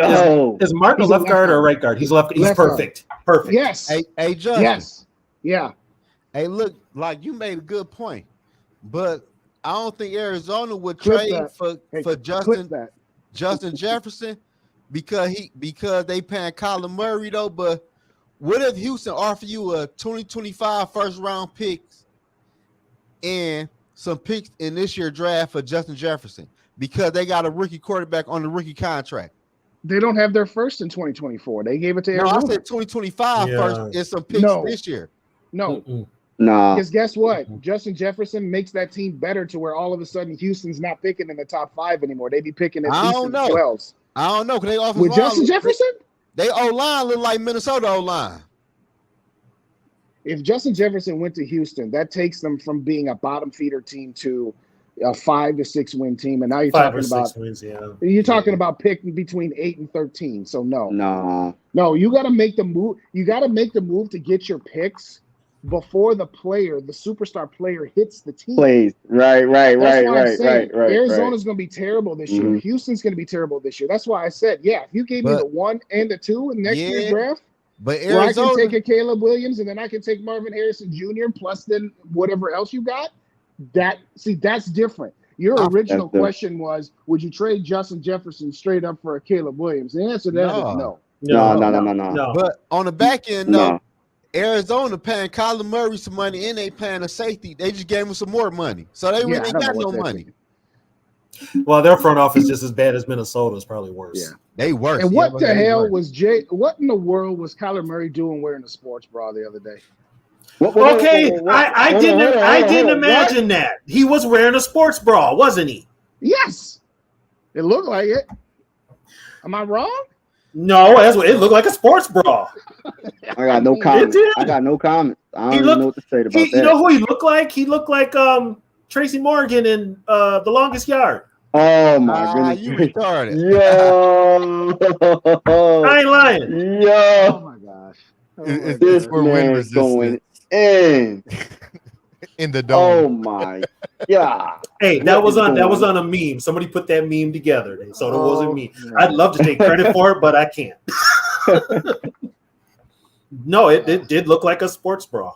Man, the Minnesota Vikings. I take back what I said earlier when I said after this year, if my only 2 choices were Kyler Murray or Kirk Cousins, and I said Kyler Murray, I take it back. Well, I still want to move on, but if my only two choices are Kirk Cousins and Kyler Murray, I'll take Kirk Cousins. This is I what never thought I'd say it. I don't This want is- neither. this is what I don't want was neither. said with the local guy, Doogie, who does the local. He's on Doogie, Score yeah. North. Yeah, He he's a actually good dude. said that depending on how they do this year, there's a good possibility that they extend Kirk. Oh, Oh, my. absolutely. I've said that for months. Yep, Boy, there's please. a good possibility they will extend him. If they I mean, Hey, that better not Extend him happen. to what? He already 35 years old. To what? 2 years? Another When 2 they go- years. It goes back to what Tony and I have been saying for weeks on this Saturday Night Live. The Wilfs are content with the status quo. Being that No, I I can't. feel you though, but he getting older though. Doesn't matter. Right. You're still status quo. Because still in here's the the hunt. Wilfs mindset. Option A, stay with the status quo with Kirk Cousins. And again, in 2024 and 2025, you're going to be competitive for the division. You're going to be Right. selling out your stadium. You're going to Right. be getting all the money on beer sales and food sales and jersey sales. Or option B, which is, let's just say, Jaron Hall. Or option C, who knows what the heck else. And they very well could be taking a step back. They would rather run the car that is Kirk Cousins into the ground I'll tell you versus this. versus getting a different car. I hope you're wrong. If they do I that, hope you're y'all, wrong. if they do that, guess what we all need to do? break out your Lions jersey, No, look, we need to boycott their ass. Every day we upload the video, dogging their ass. We need to boycott their ass. I can't. I love the Vikings too much. Here's the thing, though. There's already people that are doing that. There are a ton of Viking fans that want to move on from Kirk, but there's just as many that want to hang on to him for as long I as know they can. why I though. was just What gonna is say- like? I'll tell come you on. why. I'll tell you why. What does he do that makes people just He like? win yo? 8 He or 9 keeps you games from a year. being he keeps you from being terrible. Hey, I've But we said trying to it win a about Super Kirk, Bowl. But that's my they point. not You trying asked, to win I a mean, Super Bowl. I'm asking your question. Tony, we've said this. The Wilfs' first priority isn't to win a Super Bowl. That's their second priority. Their first priority is not to be horrible. Their first priority is making sure that they are never less than 7 wins. So they build their team to make sure, again, I've talked about it before. You got the ceiling of a team and you got their floor. With Kirk Cousins, your floor is 7 wins. If you get a different quarterback, you might be a 3-win team, and they are desperate to avoid another 3-win season. They care more about making sure we get our floor to 7 or 8 so that come Christmas time in We're that in the hunt. graphic where it says In playoff the teams, hunt. in In the the hunt. hunt. they want to make sure they're always if you're a 3-win team, you're eliminated by Thanksgiving, and that's their worst nightmare. And that scares them more than the pull of winning a championship. If they were smart, and again, this is not Kirk Cousins hate. This is how they have constructed the roster for the last 5 years. And it's not just about Kirk. If they were smart, they would have hired Poles from Chicago. And instead of just getting rid of Zimmer and Spielman, they would have got rid of Zimmer, Spielman, Harrison And- Smith, and Cousins. Eric Kendricks, Kirk Cousins, Adam Thielen, and said, we're going to just toss 2022 into the trash, clear up all the salary cap hits, clear up all of these bloated contracts, and start from scratch. Outside of Justin Jefferson and Christian Darrisaw and Brian O'Neill. That's would have Yep. been the smart long-term play. And remember, They didn't want to endure Yep. a bad season last year because they never And- do. and Poles wanted to blow up the team. He would have did here That's why what he didn't get he hired. did, and that's why he didn't get hired. And right after that, that's when Mark Welf did the interview talking about competitive rebuild. Competitive, Yes. yeah, competitive. Hey, hold reason. on, wait. Hey, Yogi, I'm happy D Woods got in here though. Yeah, Hey, Yogi, yeah. Hey, where y'all getting this Lions shit from though? Cause look though, for real though. Real, 'cause Hey, look. because you always talk about the Lions, man. You Hey, be going look, to Lions I got a games. bet. Hey, I'm uploading bet I got with my boy from the Lions. We bet $150 that the Lions do not win the NFC North. Can I get in on that? How I much? can ask them. But Hey, look, hey, though, I look, ain't real gonna talk. get it. I Y'all wanna get noticed, on that. y'all noticed after last But week, look, he done but look, switched up on us, you know? But look though, no, this was months ago. But look though, D Woods don't watch none of my whole videos or anything. I ain't never wore a Lions jersey, a T-shirt. My room ain't purple. Oh, It's Hey, silver. Like what the like? You- where we get the know it Lions ain't come purple. from though? D Wood started the shit though, and I seen Sarah. Sarah said something about some Lion stuff too, and I ignored it. Then Yogi said something, but this shit all come from D Wood watching only 20 seconds of my video. That shit. Oh my That shit god, ain't right, man. bro. D Woods, you bold as hell, bro. I ain't like. Hey, that's that LA in me, man. I can't help myself sometimes, man. You know, No, it you is really what can't. it is. bro. Like D you Woods, don't you watch really none of my can't. whole video. You really can't. I But, got about hey, let 3 me get Viking to the- jerseys. I'm betting Lions fans, all type of crazy bets, and I'm hoping Minnesota cover because shit, that's a lot of money. Hey, whatever it takes to get you in your fan gear, I see it worked. Hey, who knows joy? Who knows joy? Who knows joy? That's me. Joy. That's my mama, I think. Oh, that Yeah, must be another channel. that's I my can't- daughter got my mama phone. Oh, okay. Hey, I was hey, like, Zoe. Hey, you get Zoe. them late night goes too. Hey, Zoe, at least your daughter watches your shows. My daughter don't watch shit of mine. So man. Hey, But y'all might I be just- surprised. My son's an Eagle fan, so I'm just like, well, that's on you. Yeah. I Yeah, can't. yeah, I'm trying. Yo, when I what the was in the hell? army, How that hold happened? up, when I was in the army, I had no control over that. I tried to get him to be a Viking I fan. know He didn't want to. all the way. Like, Mike, How old is I he? tried to. He's 8. He'll You still grow got out time of to it. switch it up. He'll grow I'm out of it. trying to. He be He'll grow hating out on of the it. squad. He's like, yeah, my Eagles are beating your team. I'm like, if you don't shut up and Okay. go in your room, He's better young go- right now, right? You better get your inner AP Yep. in you and get He's- that switch and hey, D Wood. He's young right now. Give him time. He What might. up, Zoe? I know If he he- got. Yeah, if it's he- all about this here's a right problem, here, though. man. If he becomes a Cowboy fan or a Packer fan, you failed. no, No, you he already needs to. failed. I don't. You I already don't failed. when it comes to the Eagles, I can't stand the dang on Eagles, man. The Eagle fans up here, woo, Mike. Well, what do you? Aren't you? Well, how far are you from Philly? I'm not that far, like 20 minutes. Yeah, see, you're going to get that. No, you're in trouble. But Yeah. Mike, who are you throwing under the bus? Saying when you was in the army, somebody got you your my boy. room, dog. Y'all Who tripping. you Because throwing under he wasn't with me some of the time. Okay. So people putting that Eagle stuff in his head, and I'm like, yo, what in the world is going You know, on? Sam, you remember Sam Cassell? Tony, you remember Sam Cassell? Oh yeah, I remember Sam. Yeah. Yeah, Sam Cassell. remember Yeah. Sam Cassell said it best in the 2003 series when we were playing the Sacramento Kings. And you remember Doug Christie? And you Oh, remember God. you remember that thing he and his wife did? And Sam Cassell, when talking about Christie, he says this. He says, some guys run their house and some guys run around their house. Mike, you run around your house. Okay? Hey, why you gotta do a boy like that, Justin? Come on, man. Why you had to do me like that? Hey, my daughter is a Raiders fan, though. Say to him, Oh, boy, wow. But my daughter, but my 4-year-old daughter's a Viking fan. He's a Viking. Hey, man. Hey, I like talking to y'all. I gotta get on y'all next week. I gotta get out of here though right now. All right, big Zoe. All right, Zoe. All right, Later. Yo, Hey, Zoe, check in. We checking in tomorrow or what? What time? You ain't never texting back. Hey, whatever time. What, you know we got that 3-hour difference. So I'm saying you ain't sending no picture right, or nothing. I'm gonna hit you on the line right now. Yeah, text me on Instagram. You never send no All picture. right, I got you. I got you. There's one your Detroit Lions jersey.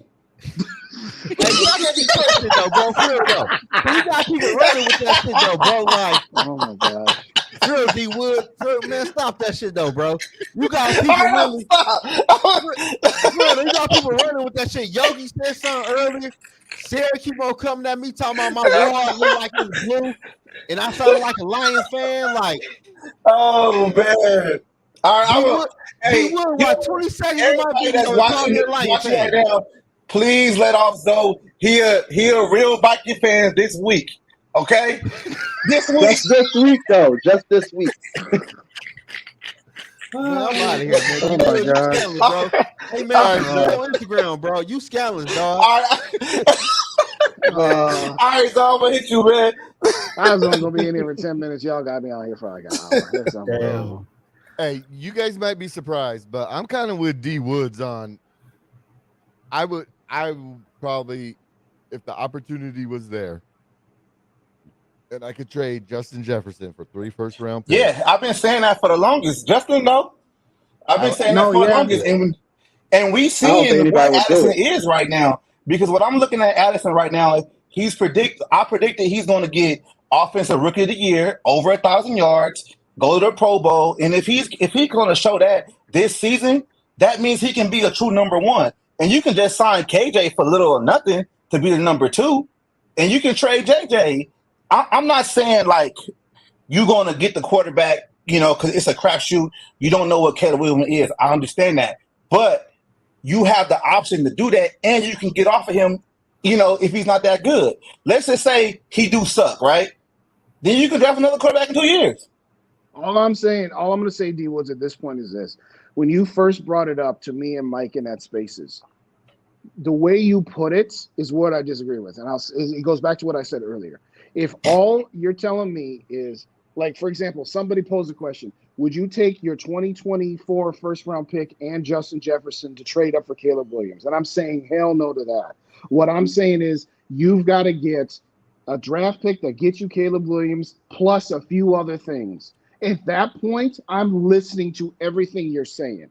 But at the time this started, the first time we talked about it, it was, would you trade JJ straight up for Caleb Williams? And to me, that's not enough. No, it's not about. That's all I'm saying. It's not about Right. Justin. I'm gonna correct myself right now and break it down a little bit better for y'all. It's not about trading for Caleb Williams. Caleb Williams is just the biggest name quarterback this season. Right. What I'm saying is you get the ammunition to move up for the quarterback that you actually want. You get what I'm saying? It's not about just a Caleb Williams or whatever, because we don't know what Houston's going to do. We don't know what Arizona's going to do. We don't know what none of these teams, are going to do this. We don't know what Tampa's going to do this year. You know what I'm saying? So what I'm saying is, if you traded Justin Jefferson, let's say this offseason right now, he's not on the team right now, Addison, pans out, whatever. You try to get 2 firsts, 2 seconds. Now you have the ammunition plus what you already have with your own picks to move up and get the guy that you identify as your franchise quarterback. It's not about just the name. It's having the ability to move up the board. Yeah. What I'm saying is this. Let's say you trade JJ for 2 first-round picks. Right. But it costs you those 2 first-round picks plus your first-round pick to get up to whatever guy you want. That's what I'm saying. That's what I'm trying to say that's not enough. No, you see, the thing about it though, Justin, how I think about trades though, you got to always think about it, like if you always looking at, okay, perfect example, Mike, you follow the Sixers, right? Mm-hmm. And the Sixers trying to trade Harden, right? The reason why trades don't happen is because one team is always trying to get more so they can feel like, oh, I won the trade. But if you're trading for a scenario to do what you want to do, you going to the table saying, I just want 2 firsts, 2 seconds. I don't care if I lose this trade or not. This is what I want. If you go get a Super Bowl with JJ, I don't care, because I'm going to do what I'm going to do to get my quarterback. So when you start saying it's not enough, it's never going to be enough. I mean, shit, when the Lakers traded away Shaquille O'Neal, it wasn't enough. You get what I'm saying? But they had to do that. Teams got to have balls to do that, move up, do what they got to do, and not think about if they won the trade or not. That's why some trades. Basketball is a bad analogy, though. Yes, I was going to. Thank you. Basketball is a bad analogy. Seriously. How so? Because it's 2 different sports, and it's a different. It cost the Lakers Vlade Divac and some scrub to get Kobe Bryant. No, it didn't. When they traded for Shaq, they traded for the contract of Brian Grant, Lamar Odom, and Caron Butler. Right? And guess what? No NFL team will trade for no damn contract. Don't matter. And here's the thing: even if it's a rookie contract, you're still gonna have to negotiate them when the contract's over. That's true. So, but what I'm saying is it's the concept of not being able to say like, oh, I'm not trying to get too much. Have a good night, Eric. Thank you for tapping in. Eric. Good night, Eric. But that concept don't work in the NFL because 1, these owners are all friends, and 2, the GMs talk to everybody. You just don't get those. And there's 53 guys as opposed and there's to 15. 53, and you will never ever get another Herschel Walker deal. Them days is gone thanks to the Vikings. I think JJ gonna get traded this season. At the end of the season. Okay, question. I think it's going to happen. How many more years has he got left? And did they pick up his option already? They said they were going to, right? They did. Yeah. The fifth So he's got already picked up. So he's got 2 years, and guess what? They want to extend Kirk for 2 years. It's going to align with everybody else. It's going to align with Quasi. It's going to align with KLC. If it keeps them, and that's the whole thing. See, we got some mixed signals here because Mark Wilf is the one that said he was going to leave it up to KLC and Quasi. Here's the problem. Yeah, no, he's not. KLC and Quasi's contracts, their coaching and GM careers are going to be based on Kirk. Yeah. They could lose their job because they didn't get to a Super Bowl with Kirk. That's my point. But that's the reason why I feel like they would want to trade JJ and try to sign a quarterback, because that would give them more time. Because now he can say, "I have my guy." But here's the thing, though. It won't give him more time, especially if it doesn't pan out with that quarterback. They're only on. I think Quasi got a 3-year deal. No, he got 4. They both got 4. So they're both on the same time length, and you've already took up 2 years. You got lucky last year. Reality. That's what I'm trying to say, Tony. That's the other reason why last year was fool's gold. Yes. Because people want to say, oh, well, they won 13 games, so that buys them more time. No, it doesn't. No, it doesn't. It resets the expectations higher. Make it even higher. You lost every coach usually gets a honeymoon period of 2 years where you don't have to win. And then by year 3 or 4, you better start winning, or you better start winning. Fired. Not every coach. When you win in year 1, you've now lost your honeymoon period, because now they expect you to win all the time. And the Vikings have been lucky with coaches that were bad their first year, were better their second, and better their third. Bud improved his second year. Denny lost 2 games, but was still a good coach. Jerry Burns went to the playoffs his second year. And Mike Tice improved like 2 games. And then Childress was... Childress took... He didn't make the playoffs, but he was like 8-8 or something like that. No, he took. Yeah, no. Childress was 6-10, 8-8, 10-6, and then 12-4. Yeah. Only one that did bad was Leslie Frazier in his second year. No, his second year and a half. Right. I know what you meant. Yeah, second year he did go to the playoffs. I take that back. He went to the playoffs his second year. But here's what KOC now. He has set that bar to where if you're anything but 13-4, you failed. That's my point. And that's why I said they would have been better off tanking. Not even tanking. Not tanking, but not being as many wins. Dinner made earlier that we never got to was you don't have to totally bottom out. You don't. But again, here's my bit. There's 3 kinds of teams. Teams that win 6 games or fewer, teams that win 11 games or more, and then there's that middle of 7-10. And they are so desperate, the Wilfs are, to not be a 6 or fewer, that they focus on making sure they start off at 7-10, and anything after that is gravy. Well, guess what? If you're perpetually at 7-10, it becomes more difficult to push forward. Sometimes you have to take 1 step back in order to take 2 steps forward. Because when you are a 5 or 6 win team, you now have top 10 picks. And now, if you've got the number 9 pick, look what Carolina did. They had the 8th pick, and they traded up to 1. That's different than if you have the 23rd pick trying to trade into the top 5. Right. So all this talk, all these points that have been made is, if you had gone last year and you had just gone, say, 5 or 6 wins, you could have gotten Anthony Richardson or CJ Stroud or Bryce Young, and then you would have been starting your clock now.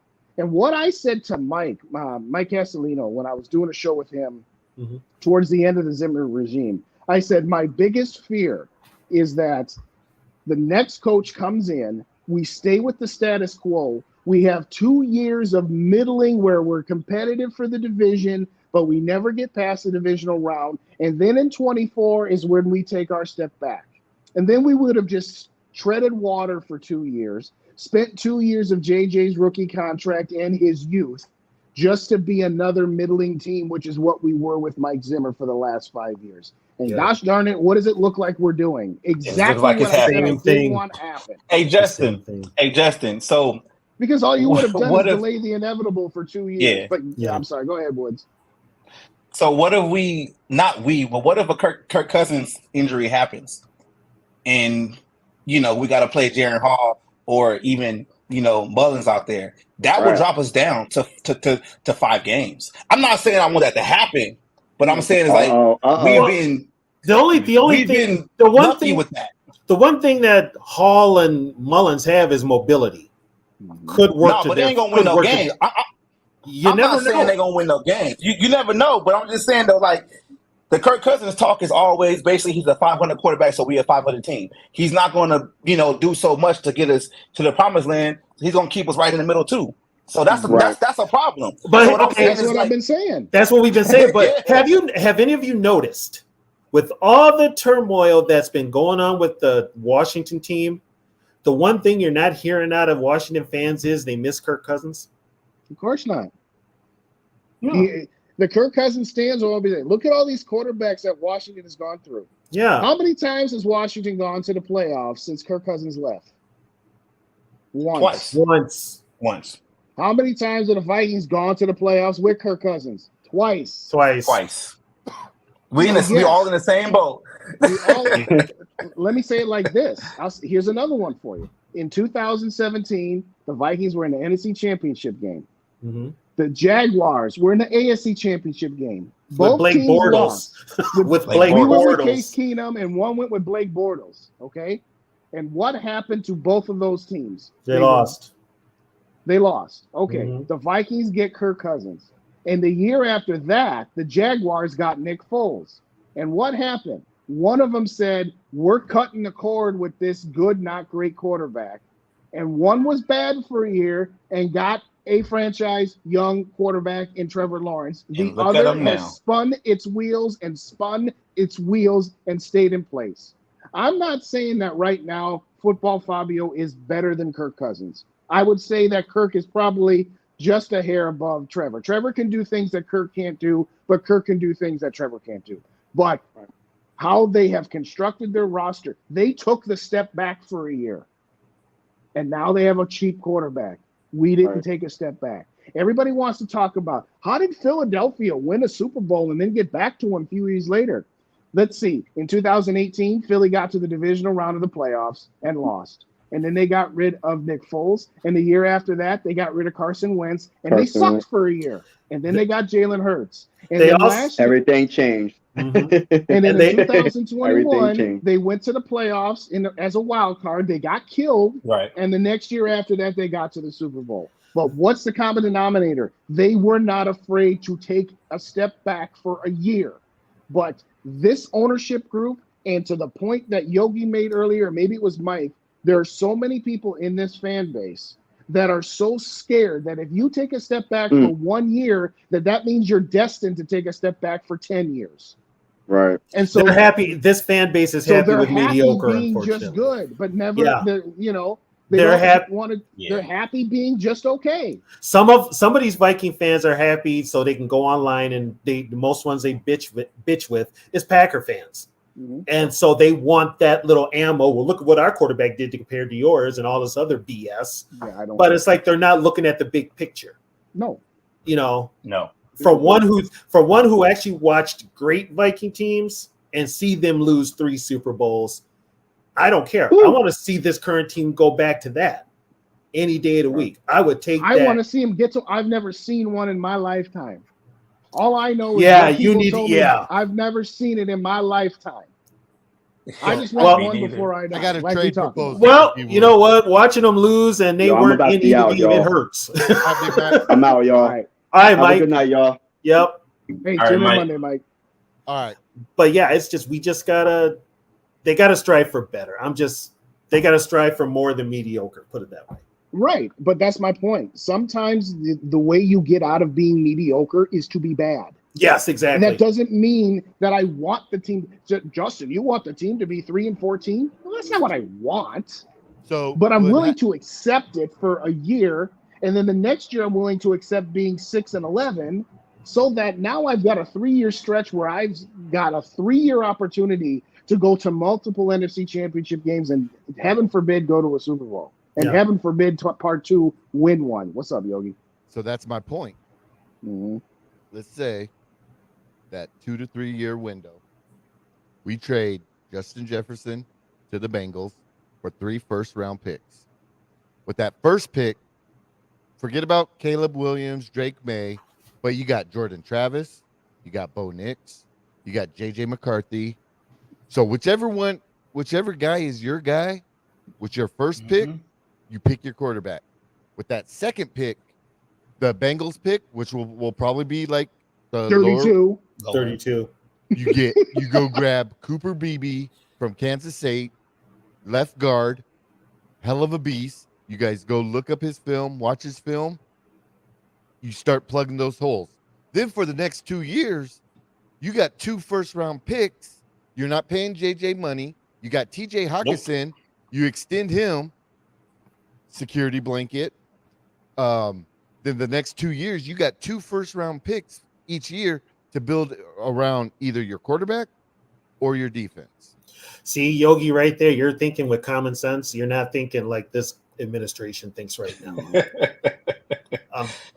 That type of trade, I would seriously shop it around, but this team will not do it. For one, JJ actually makes his team too much money, gives his team notoriety. Him and Kirk both. It's like they want the notoriety, they want the jersey sales, they want that name next to the player says Minnesota Vikings on a national level. It's all about marketing. All about marketing. And that's part of the money. So you get rid of JJ and say Kirk goes, you got to find somebody else who they're going to market to. Hey, Yogi, you see that back there? That TV? Yeah. Yeah, you Rap and SK were on the TV tonight, brother. I'm like, why is my TV still? Oh, that's right. I left it on because I was cooking, and then I jumped in with you, so I totally forgot that was still on. But anyway, I mean, I get what you're saying. I get what you're saying, Tony. And this gets back to what again? We can't change the past. We're not changing. Kirk Cousins is going to be our quarterback. We're behind him. He's our guy. We want to see him succeed. Blah blah. I think all of us would love. All of us would love to. The third Saturday night in February would love to be all saying we were wrong about Kirk. We would all love for that to be the case. Okay, I got to put it out there. Kirk wins a Super Bowl, I'm still going to be defiant. Okay. I am. I just am. But I will give him his props. Though, right? Yes, that's what I will give him his props. I'll be defiant as hell. I will give him his props, but like somebody asked me what my threshold was about re-signing Kirk Cousins and feeling good about it, and I said I'll make this real simple. If you don't make the playoffs, Kirk, bye. If you lose in the wild card round, Kirk, bye. If you lose in the divisional round, Kirk, bye. Well, you get to a Super Bowl, whether you win it or lose it, then I'll extend Kirk. And I'm not going to like it. But if you got to a Super Bowl, a place that I've never seen this team get to, I can't be mad at him for sticking with it. Now, you get to the NFC Championship game and you lose 41-0, Kirk, bye. You get to the NFC Championship game and you lose 34-33, and you had Greg Joseph in line to kick a 34-yard field goal like he did 2 years ago against Arizona and missed it. I'm not going to hold that against Kirk.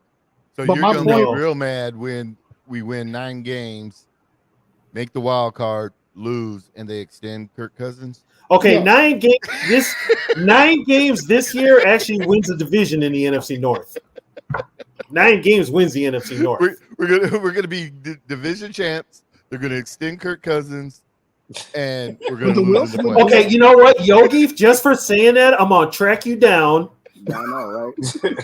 I will hunt you down. But to his point, though, Tony, to his point, he's right. He's right. If the Vikings get to the divisional round of the playoffs, regardless of how, the Wills will be like, "Son, here, Kirk. Come on, Kirk. Come on back. Exactly. We got to the divisional round of the playoffs." I mean, oh, that was perfect, Mark Wilf. Am I wrong? No, you're 100% right. So Justin, again, But you got to the NFC Championship game with Case Keenum, and you told us they sold us on Kirk Cousins being the answer to take us the final distance. So to me, getting back to the NFC Championship game is the bare minimum for success. Everybody went, oh, if Kirk got us to the NFC Championship game, that is incredible. How? Case already did that. And here's a problem with this franchise. They keep delaying the inevitable. Yes. They keep kicking the can down the road. And they've done it for so many years till it's become like normal for them. Yes. So they ain't got no more cans to kick. Here's another one that's funny.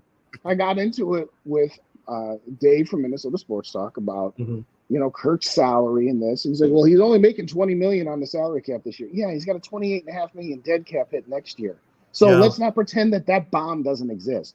But he's just like, well, why not sign Kirk Cousins to like a 1-year extension for like $35 million? I said, do you understand that if you extend Kirk Cousins for 1 year, $35 million, that means his salary cap hit will be $45 million next year, and then you'd still have 18.5 dead on 2025, as opposed to the 28.5 dead on 2024. The more you keep extending him, the more you keep delaying paying off that dead cap hit.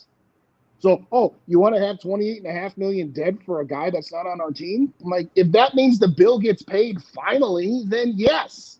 I don't want to keep delaying.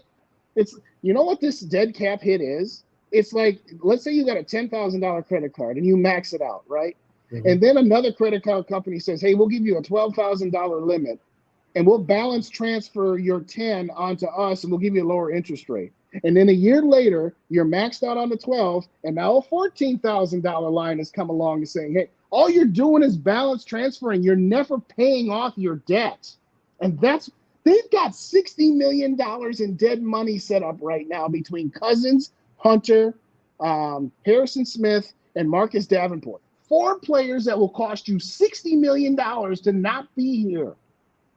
At some point, rip off the Band-Aid, take your bad year, pay off your debts. But that's not how who do you blame that on, Justin?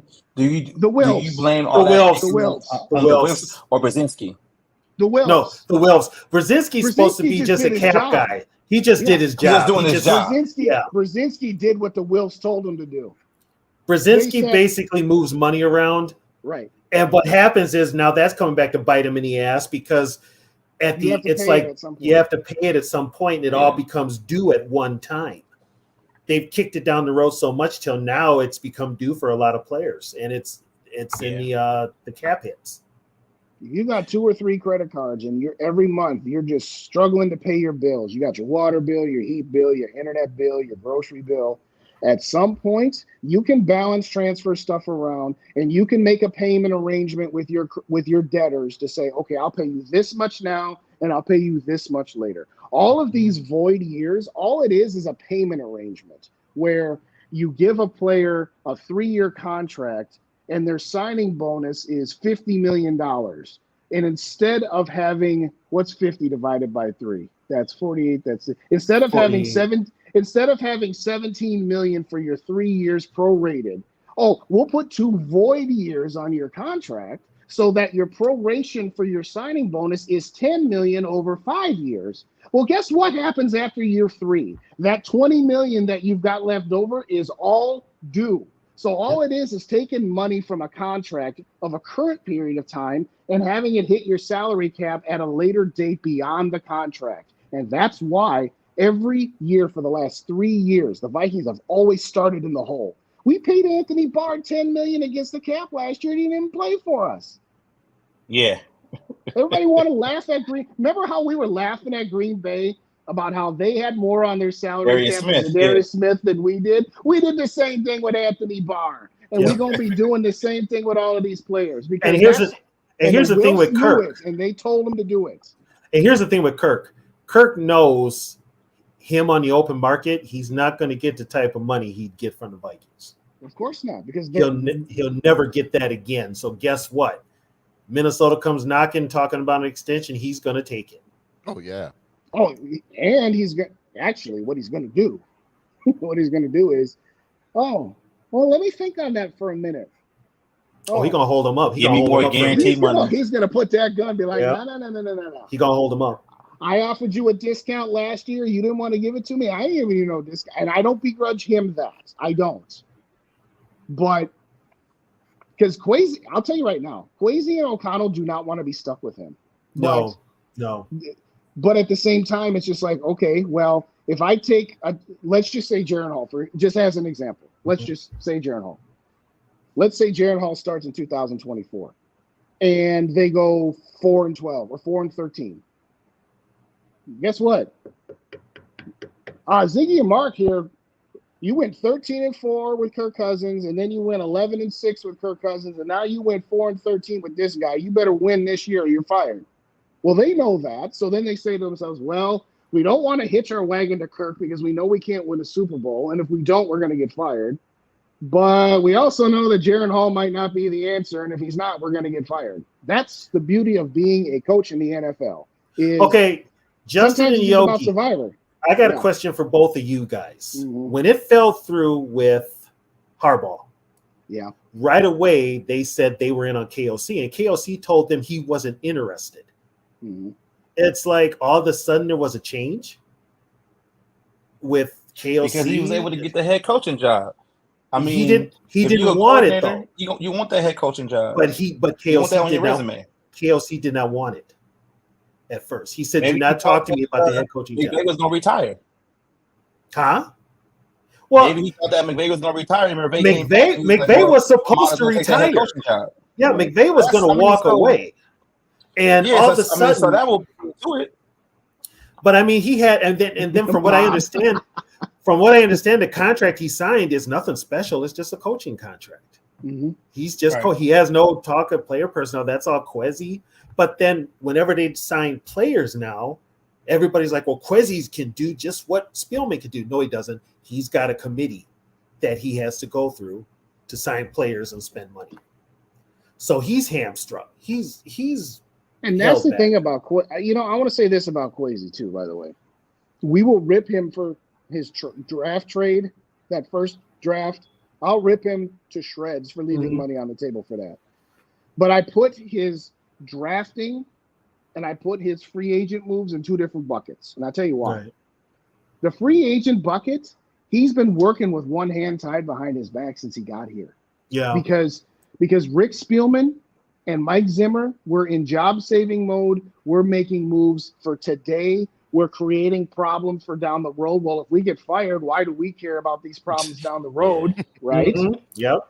Again, I said it earlier. When Zimmer first got here, they were very smart about their salary cap. They had salary cap room for days, no pun intended. Okay, but anyway, when you come into a job and you are given the directive, we don't take a step back here. That's why we didn't hire the polls guy. He told us that he wanted to blow up this team and clear off the decks and play for 2025 and 2026. And we said no to that. Show yet? I'm ready to talk to you, baby. I know, Yogi. I know Yogi, I'm kicking your ass next time I see you. Yogi, I know that soundboard of yours got some of that bang shanka wow wow music in there. Okay, so anyway, my point is that the Wilf said you're going to be competitive if you want this job, and here's the constraints you have to work with. You have to work with the fact that we got so much dead cap hits on our salary cap. We have very little salary cap space. We have a good, not great quarterback on market value. So go ahead and make us competitively rebuild. Kwesi's just working within the structure of what his owner, who said, these are your job requirements if you want this job. Well, of course he wants the job. It looks good on a resume. It looks good on a resume. That's what I said. And, and guess what? If Kwesi gets fired in 2 years and now he applies to another general manager job, he's going to be like, well, I was working with what the Wilfs told me to work with. They never let me take a step back. They said you have to stay competitive year after year. And the only way I could do that was to make salary cap mess even a bigger salary cap mess. I think if Kwesi does whatever happens with Kwesi, I think he leaves sports altogether. Probably goes in a financial world. Or takes a few years off and maybe comes back in 5 years or something. Now, here's my question for you guys. Do you think KOC is going to make it? No. This is what I think is going to happen. KOC is going to mess up again with his play calling. I gotta get a drink. Maybe not this year. Oh, maybe not this year, next year. And Brian Flores, if he's still here, will take over because he's more of a head coach and a leader of men. Why I'm saying a leader of men, because that debacle last year in Green Bay with the cleat situation, them sliding on and stuff like that, wearing the cleats that they wanted to wear, that doesn't happen with a guy like Brian Flores or Mike Zimmer. That's my opinion. I don't think KOC is going to be here in the next 2 years. I like Kevin. I just think he's too soft. Yeah. He doesn't He's have too much that, of a player's coach. Right. And I mean, the Redskin players are getting on Eric Bieniemy for yelling at him. Grow up, get used to it. It's what happens. Don't be such a soft little skinny jean wearing little bitch. You're going to get yelled at when you fuck up. That's called football. I can't remember a day when I played football in high school. I didn't get yelled at, and I was playing decent. I just feel like with KOC, like he's attached to the, to McVay and to Shanahan and stuff like that. I just understand like he's not those guys, and if his offense disappears for 2 quarters, all this upcoming season, then we gotta really say like, hey, he's not that guy. Well, and this is where, like you said, he's got to get. Here's my thing. Last year was his first year calling plays ever. Exactly. He should probably give that gig up to somebody competent in his offensive coordinator, and worry about the team, because he's missing like aspects of, you have a terrible offensive line. Your defensive line is not that good. Your running back situation is not the best. And your defense needs a lot of help. You need to be looking at all sides of the football. Be a coach. But coach Tony, who's his offensive coordinator? Is his offensive coordinator competent to call him? Because he's never done it. I don't know anything about Wes Phillips. I think he just came with him from LA. Let me ask you this. Yeah. Let me ask you this. Who was Mike Zimmer's defensive coordinator? Mike Zimmer. Who was exactly? Mike Zimmer. George Edwards. But to answer your question, the only possible way, I see all your points were good. And again, I had my earphones out. I heard everything you said.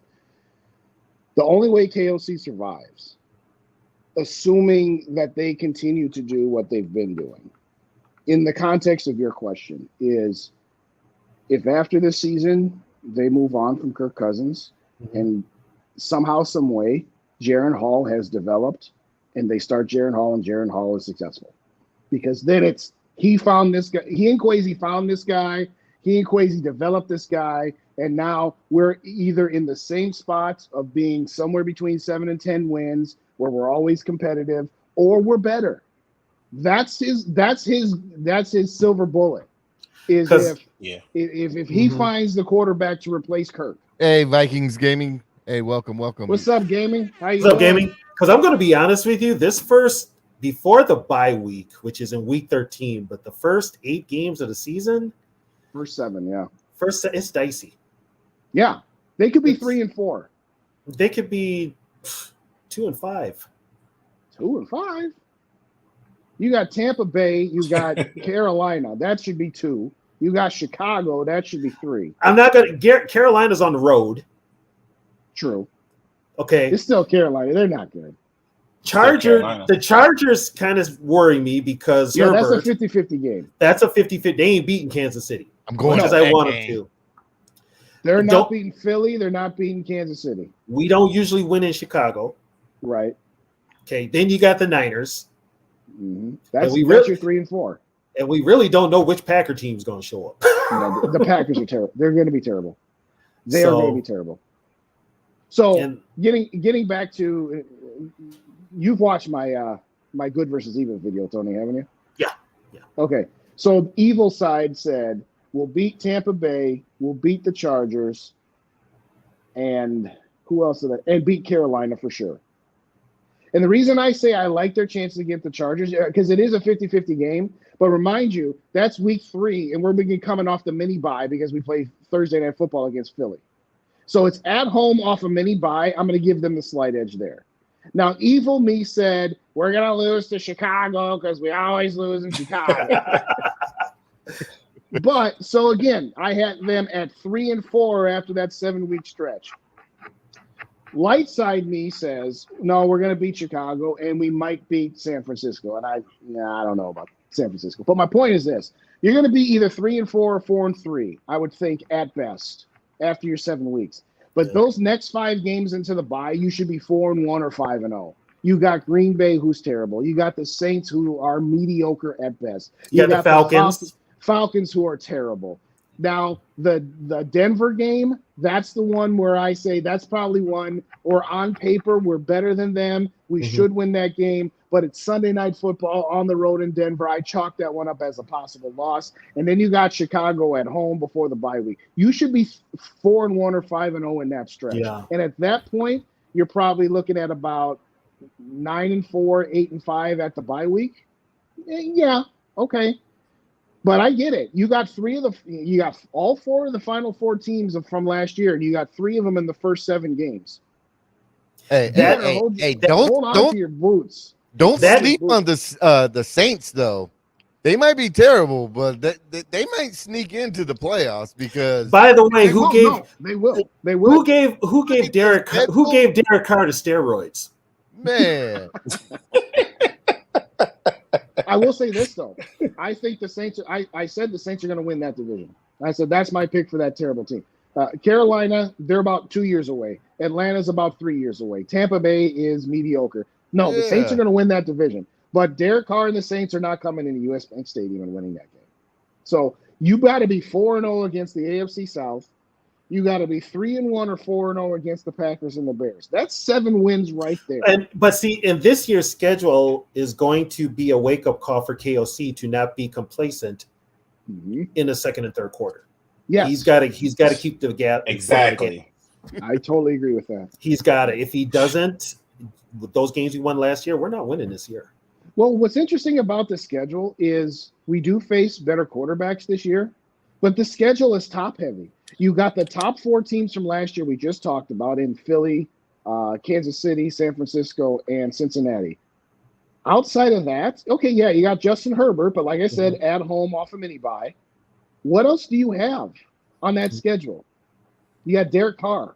You got Russell Wilson, and he still looks like last year's Russell Wilson. Right. So, you got Desmond Ritter. You got Jordan Love. Right. We don't even know who's exactly. We don't even know who's playing quarterback for the Niners. Which don't matter. Exactly. They got you want to know who's no, they got the defensive line and the offensive line. Yep. It don't matter. Yeah. They are dominant against the 2 things we are weak. And that's why I don't care if it's Brock Purdy. I don't care if it's Trey Lance. I still would favor, even though it's in our house, because they got lines. And I'm going to tell you what, that even Philly, Sam Darnold? He could make Sam Darnold actually. Yeah, he lit up the Vikings when he was against Zimmer's defense. So that's true. But the scary part, that Philadelphia game worries me with that front 4 they got. That's talking about Shanahan. Philly's front 4 against the Vikings offensive line, really? No, Tony. Why are you worried? We should already know we're going to get smoked that game. Ain't nothing to worry about. No, I'm worried. Question, guys. I'm worried they put a beating on them so bad till it psychologically. Yes, go ahead, G Woods. Yeah. Quick question, guys. We just talked about the Niners and how the Niners basically they got a plug and play quarterback position. With that being said, and saying like KOC is with that tree or whatever with McVay, wouldn't that put more pressure on KOC to find his guy because of what's going on in other spots that run the similar offense, that they're just plug and play guys and he can't even do it and he's stuck with Kirk Cousins? That should put more pressure on KOC. It would, but you know what? If you look at McVay, got the most he could out of Stafford. And frankly, he got the most he could out of Goff. Yeah, and he got the most he could out of Goff too. But which We just said it a minute ago. I'll answer your question. What does McVay have? And what does Shanahan have? When you talk about their plug-and-play quarterbacks, what do they have that we don't? Offense and Defensive line. They built it right. They built the offensive line and the defensive line and everything around it so they could put maybe a quarterback that doesn't have top skills behind that offensive line, give him some pretty damn good receivers, put Christian McCaffrey behind him with that defense. Recipe for success. Yeah, I'm just saying, though, it's just like, all those guys that run the same offense, they seem to be succeeding. And if KLC doesn't succeed this season, I think that's like a knock on him because you're running the same offense. And how come you're supposed to be the next guy? And if you can't plug and play either, like, what do we have? I'll say this. KLC wants to run. Okay, go ahead, Justin. If you put Shanahan or McVay as the Vikings head coach, and they tried doing what they're doing in San Francisco and LA, they would fail because they don't have those lines. Yeah, they don't have the lines. We can talk about Justin Jefferson and Addison and running back by committee. The best way to stop Justin Jefferson isn't with Sauce Gardner. The best way to stop Justin Jefferson is with Philly's D-line and San Francisco's D-line and Dallas D-line and put Kirk Cousins on his back. That's how you stop Justin Jefferson. You don't try to match up with him with cornerbacks. You try to get to his passer. Because it's a lot easier for those defensive lines to get to Kirk Cousins than it is for Sauce Gardner or Jair Alexander to cover Justin Jefferson one-on-one. Yeah, for some reason, I'll be back in a minute, boys. Yep. For some reason, I think KOC has that philosophy that they can get in a track meet with teams, and they can't. They just can't. Here. And that's the I don't even know what the Viking offensive philosophy is. I don't either, and that's what I'm saying. Like, it's not a knock on KOC, but I see his efficiencies, and I really don't like it because I don't know. He looks like a first-year coach. He looks like a like you get what I'm saying. Like I want to know like what is his thing? Like what's his staple in his offense? Or are you just going to copy what these other offenses are doing? And we don't know because he's never called an offense before. Exactly. And the offense that he has called in the second and third quarter, they disappear. Yes. That's his offense. Yeah. That's all we know right now. That's what we're going into the season as. He's got in the battle in the fourth quarter. Hey, you have a good night, Bob. And, have a good night, Bob. I'll be sending an email out to the Fantasy Football League, and I'm coming for you. Oh, D Woods is in the league too. I'm coming for him too. Coming for everybody. But I mean, it's with Kevin O'Connell. He does seem a little apprehensive at times. He does seem to loses track of things, but he's got to keep that intense. Hopefully he learned. Keep the intensity up. Don't take your foot off the pedal. Keep it going. And that's, he got lucky last year. If he gets a setback this year, I kind of want to see how he handles adversity. Well, he'll find out real quick come week 2. Yeah, how he handles adversity. And if it's a weekly thing, really want to see that. It's just because optimistically, going back to the light side, you got your big 4. On paper, you could easily win the other 13 games. You really could. That's true. And if we're 13-4 again, and our only losses are to the 4 teams that were in the finals last year. Yeah, Kirk will be here for life. But my point is this. I think Philly going to win the East. I think Dallas is going to be a wild card. I think San Francisco and Seattle are going to duke it out in the West. I think Minnesota and Detroit are going to duke it out in the North. And I think that final – and then I think the Saints are going to win the South. Those are my 7 playoff teams right now. So let's say you win the division, and you're hosting either Dallas, Detroit, or Seattle. That's a dogfight. Even if you were 13-4 again, even if you won all those other games. Now, let's say you won against San Francisco and you got the 2 seed. You're still facing one of those 3 teams. Whether you're the 2 or the 3 seed, you could easily win that game and you can easily lose that game. If you match up with sports is all about matchups. It's where are my strengths and weaknesses? Where are my opponent's strengths and weaknesses? The Dallas Cowboys are no better than the Vikings on aggregate overall. Kirk Cousins, Dak Prescott, they're about the same. They're the same. According to who was it? Amari Cooper, they're the same. Or who was it that called him the Black Kirk Cousins? I don't remember who said it. But my point is this. Yeah. When Dak Prescott was injured in 2021, the Cowboys were terrible. And so they gave Dak a lot of money. Said, "Oh my god." Oh, you mean that year when Cooper Rush beat us? Yeah. I think they were a 5 or 6 win team. 5 or 6 win team, yeah. So what did Jerry Jones say? Well, I gotta sign Dak, otherwise I'm terrible. What does Dak get you? Dak gets you to the divisional round of the playoffs, and that's about it. 500.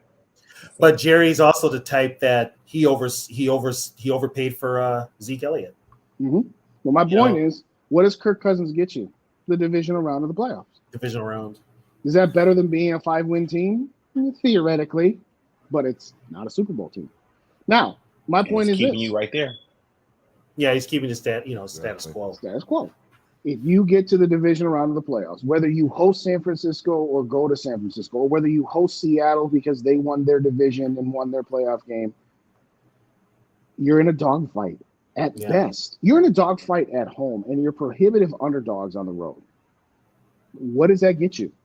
So ultimately, the bottom line is this. My stance on my channel has been, I've made my points about what I think the best direction for the future would have been, because I think we're spinning our wheels. Now that we're in preseason and regular season mode, it's no longer, I don't have this kind of talk on my channel. I do it with you guys just for the fun of it.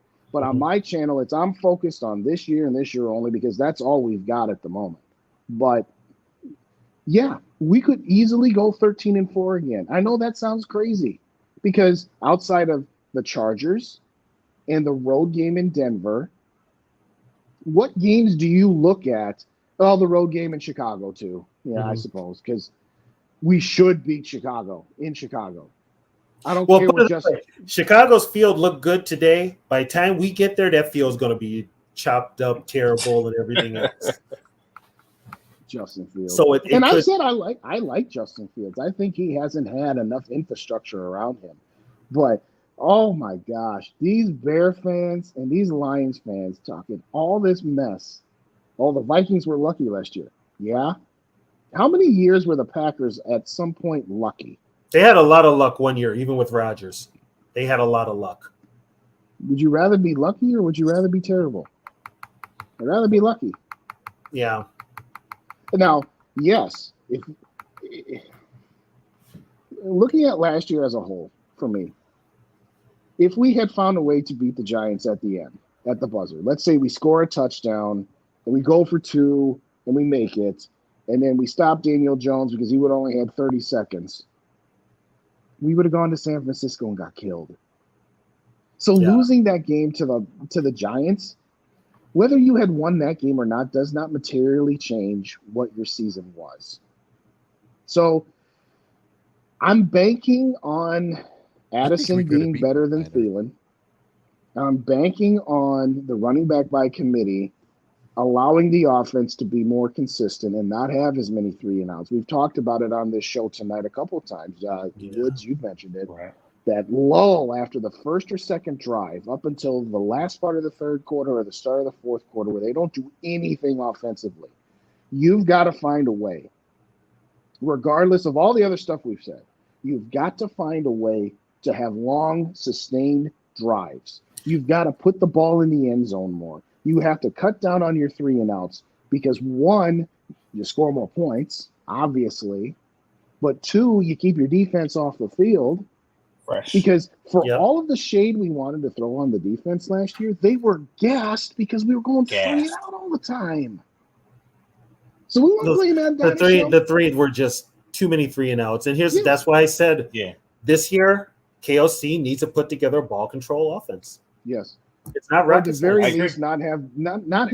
He had so many Wood, you brought it up. That jump pass in Detroit. What the hell? Why? It's too cute. It's too cute, man. He does. Well, didn't he do an end around in the playoff game on like 4th down with JJ?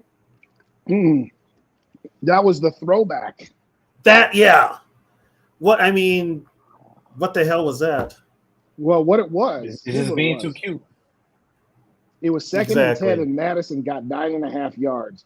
And originally they called it a first down. So that dipsy doodle pass was supposed to be on 1st and 10. And then they changed it to 3rd and 1. Now I put that on because everybody said, well, that's a terrible call. No. You got to kill that play. That play was designed to be on 1st and 10, where your defense is configured to defend 1st and 10, not to defend 3rd and 1. So they should have called a timeout. And this team last year, though, they could not. The offensive line could not get a yard if their lives depended on it. Yeah, absolutely. They could. I mean, they would have lost that game in Buffalo, and it cost them in Green Bay. Hey, I want to turn back to something that D Woods put a little wrinkle in my thinking, because with KOC being gone and Flores becoming the head coach of the Vikings, I would be okay with that. My prediction is he's going to stay with the Vikings until the head coaching spot for Until the that happens. Patriots opened up. But man, that's the Patriots. The Patriots one is kind of weird too, because what's his name end up back there? McDaniels? Maybe. Yeah. I think this is Belichick's last Patricia. Yeah, Patricia. That guy should not even be a head coach at all. I think Kraft would go with either McDaniels or Flores. Sure. Yeah. I don't know. Kraft. See, this is going to put him in another spot. He hasn't had to pick a coach since what, 2001? Yeah. You know, I mean, so this is going to be something different for him. But I mean, KOC, and we'll take. You're also going to have that Washington job open up, I think. Maybe. That's insane. And the Chargers. I think Flores, when it comes to Flores getting another gig, I feel like he's only going to go to a team to where he can do his thing, and it's not going to be like hurry up and win now in a certain situation. You know, like Miami, to where he can go in there and do what he can do, and he can actually see his vision come to fruition in maybe like 3 years. So that's why I'm saying, like, that's why I brought up the KOC situation, because it's like, this is what I think about it. You guys remember when Dallas fired Parcells, right? Mm-hmm. You guys remember that? Mm-hmm. Dallas fired Parcells. They hired Garrett, right? They had that great season. Because it was a new guy in the locker room. He was okay with the guys who was player coach, right? Within that second year, they went right back down again. And that's just what I think we're going to see with KOC, that he came in because Zimmer was a hard ass. Now all the guys are loose or whatever. And then sooner or later, you're going to see more and more stuff start happening. I'm not saying Addison is the start of it, but that's how stuff starts to go in the media of players getting in trouble. And you're going to need a guy that's a hard ass like Brian Flores to bring it back in. Here's the thing, though, with Minnesota media, Justin and Yogi, you can attest to this too. When it comes to the Vikings are very insulated, and there's nothing but purple positivity that comes out of there. I call it purple positivity. Purple positivity. The negative stuff kind of went out the window with Zimmer, all the negative fighting and all that. But now they've got it to the point where nothing comes out of TCO but positive feedback. I mean, what if things happen outside of TCO? I'll say this. Oh, go ahead, D-Woods. Go ahead. Yeah. I said, what if things happen outside of TCO? They will still try to spin it without as much as they can. I will say this. That pendulum is starting to swing. Is it really? Yes. Score North does not sugarcoat anything. No, that's why I listen to him. Listen to him. KFAN, you're right. Like we all. Yeah, KFAN is notoriously bad compared to what they were when they first had the Vikings. It's night and day. We all love Paul Allen as a play-by-play guy. No, we don't. You don't? Oh, I can't stand Paul Allen. Really? I can't stand him. As a play-by-play caller, I like him. As a radio guy, a lot of people like him as a play-by-play, but he sucks. I don't think he sucks at play. Let me put it this way: I was a fan of his show back when I was in college, before he was play-by-play guy. And when he was with Jesse, Jeff Dubay. But they got their start with Jesse Ventura. Yes. No. See, here's what happened with that.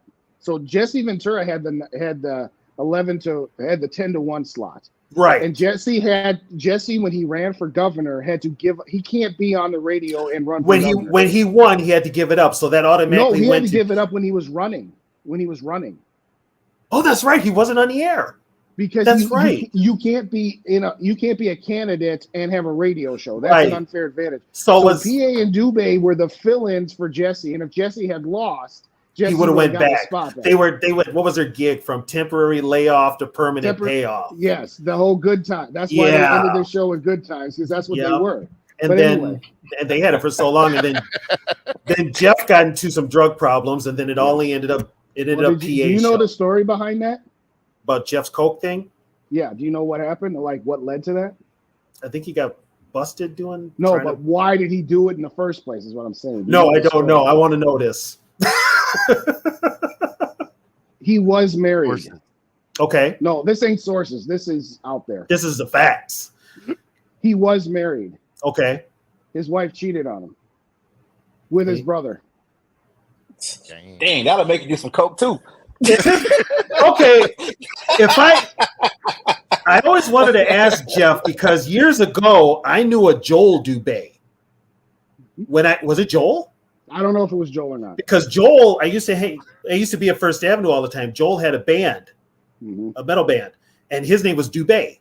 And I was always like, I wonder if he's related to Jeff. I'm sure he is. But so she cheated on him with his brother, and that's why he snapped. That's why he spiraled. Because it was bad. It made the front pages here in the Twin Cities. Imagine being his mom. I got one son who's devastated and the other son who did it to him. Oh, that's a hell of a Thanksgiving. And don't get me wrong. You know what? I'm not speaking ill of Jeff. I've actually met Jeff a couple times. This was decades ago. Yeah, this was in like 06. This was 07. I mean, again, they started in 98. And his spiral was in 2008, so they were on the air together for 10 years. 10 years, yeah. And he's a good dude, but he just had all kinds of demons. But the point I'm making is, when I first heard of PA and Dubé, I was 21 at the time, so I liked positivity. I was the, Homer, positive. I'm nowhere near what I'm at now. Now I'm a little more curmudgeon-y, okay? But after a while, I'm just like, okay, I can't. The shtick gets old. The shtick gets old, and the thing and again, I don't begrudge him. He knows where his bread is buttered, as they say. Yeah, he's not going to say anything negative to his employer. No. And what's funny about it is he tries to pretend that he's not, and it's just like, just embrace the fact that you're a homer, dude. We all know you are. We all know you are. Well, just like a few months ago, he did the interview with Mike Florio, and Florio went on there and literally told everybody that the Vikings will never win with Kirk Cousins. Right. After the commercial, PA made sure to come on and say the first thing out of his mouth: "We here at K-Fan do not agree with any of the statements that Mike Florio made."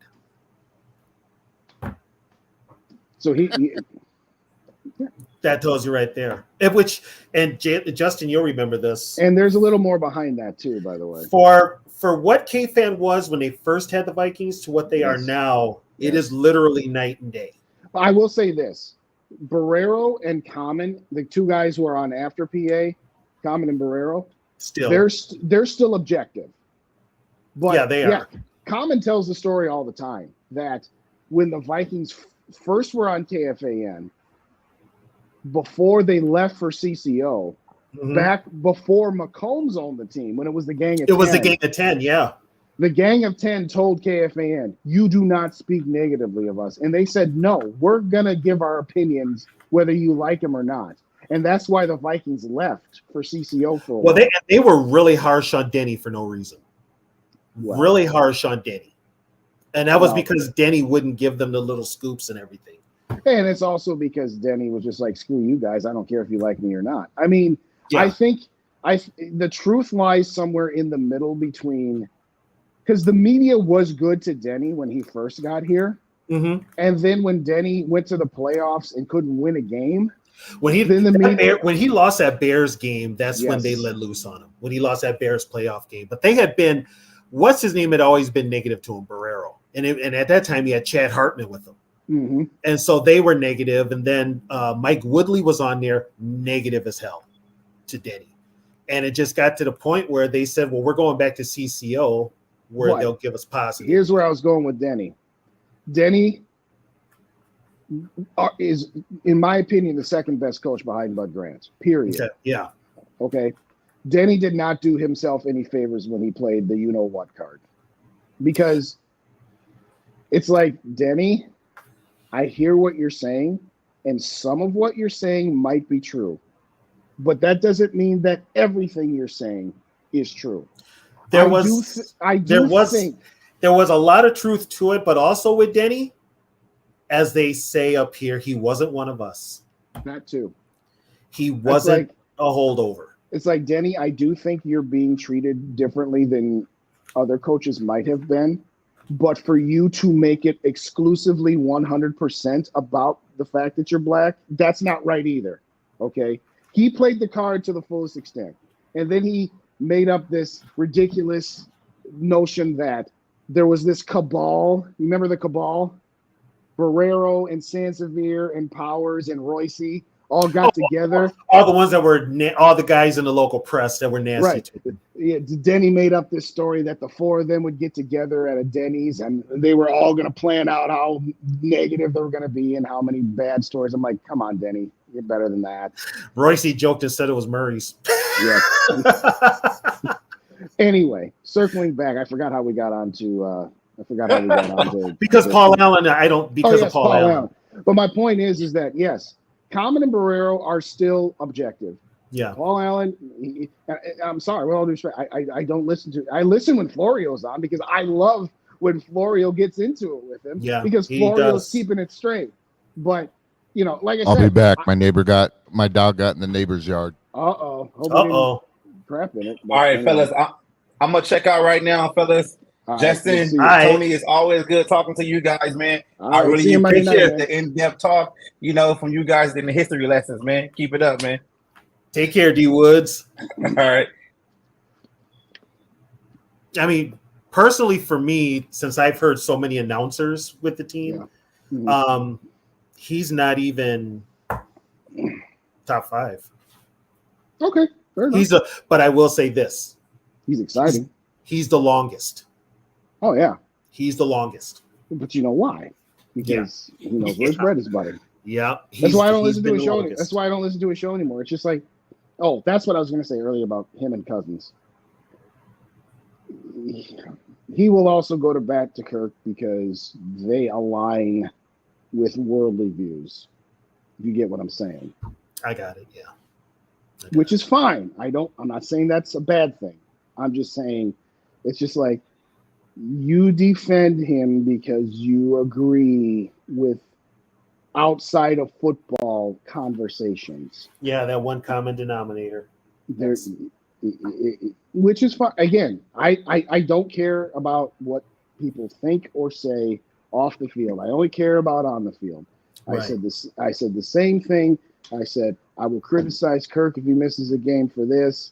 I will criticize Harrison Smith when he missed a game. I'll criticize anybody. I don't care. You black, white, green, white, brown, yellow. I don't care. Democrat, Republican. I don't give a bleep about any of that stuff. I'm not politicking. I don't do that. That's the one thing I say I will never do. Is that's not worth getting into. But like I said, at this point for me, I am excited. I really am, because at this point it's sink or swim. And so what I mean by that is this. Obviously, I want this team to win a Super Bowl. And if it's Kirk Cousins, we all do. If it's Kirk Cousins that brings us a Super Bowl, I'm cool with it. I'm happy with it. I'll bite my tongue. I'll give him props. And I'll say I was wrong. I will. What I don't want, here's where I'm going with this, and then I'm going to head out too because I got to get up pretty early. Okay. What I don't want is the middle. I hate the middle. We've been in the middle for how many years now? I'm 44. That's how long I got. Yeah. See, your whole generation has got it. Exactly. It's like, I want this team to be successful. And my definition of success is at least a conference championship game. Yep. Getting to the divisional round of the playoffs, big deal. Big deal. Oh, wow. So what? We've been to the divisional round. Oh, well, we won our division and we won a playoff game. Whoop-de-ding-dong. And that's So why, to me, and with me, that's why I expect more. I've seen them get to the exactly. Super Bowl, win the championships. Right. I want And if they don't title. get to the NFC Championship game, I'm not saying I want them to bomb, but Mhm. having them bomb will maybe be enough to convince the Wilfs to finally say, all right, we need to go in a different direction. We have tried this direction year upon year upon year. You think? I mean, the Wilfs just seem so Dead set. on not rebuilding. It's almost ad nauseum. It's almost You to the know what point here's the thing. In 2020, when they were terrible, yeah. I remember calling into Score North's vent line when they lost to Chicago and that eliminated them. And I said to them, this is what it's going to take for the Wilfs to finally fire Mike Zimmer. It's going to take them bombing. And I don't want them to bomb, but I also don't want to keep going down this same old road that we've been going down. Right. That sometimes it has to blow up in your face for them. I don't want the Vikings to fall flat on their face and miss the playoffs this year, because that means either Detroit, Chicago, or Green Bay, after all the trash talking they have done this offseason about how we were just lucky last year, we're not all that good, that means one of them would have won the division. I don't want that. But what I don't want is the Vikings to just squeak into the playoffs and that be a sign to the Wilfs that says, hey, we can just keep going with this. If you're a Vikings fan, nobody wants this team to be bad. But no. You should want more from your team than just a cute little club that is competitive for a division, and that if they're lucky, they win a wild card game. And that's the thing with a lot of these so-called Viking fans, when they hear another fan being negative. It's like, well, you're not a real fan. No, I'm a real fan because I want this team to succeed. But if I see something that is out of whatever, if I see issues with this team, I'm going to bring it up, because guess what? Those issues are going to keep us from getting where we need to be. That's not being a fair weather fan. That's being a real fan. Just because I don't yell "skull" and do the clap every 5 seconds does not make me not a fan. And by the way, good one, Yogi. You wanted here's what's the problem with some people's mindsets. Some people think that the opposite of positivity is negativity, and it's not. The opposite of positivity is apathy. Because if you're negative, that means you still care. If you didn't care anymore, you wouldn't waste your time being negative. You would just be apoplectic about it. Yeah, you'd be like, they lost. Oh, well.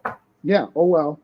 That's the definition of being a fair weather fan is, oh, well, it doesn't bother me when they continuously lose in the wild card round or the divisional round. If that should bother you. If people say, well, Detroit Lions would love to win the division a couple times and lose in the wild card round. I'm like, congratulations, set your standards higher. And Detroit's been around since 1934.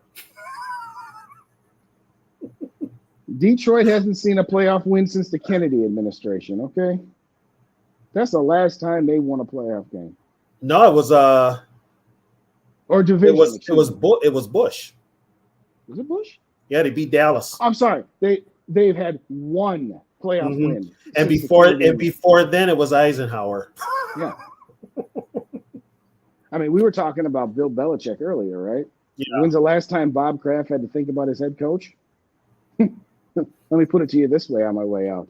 The Twin Towers still existed the last time Bob Kraft had to worry about a head coach. Because it was 2000. They were still up. Yeah. They were still up, yep. And the Twin Towers still existed the last time Bob Clinton was president.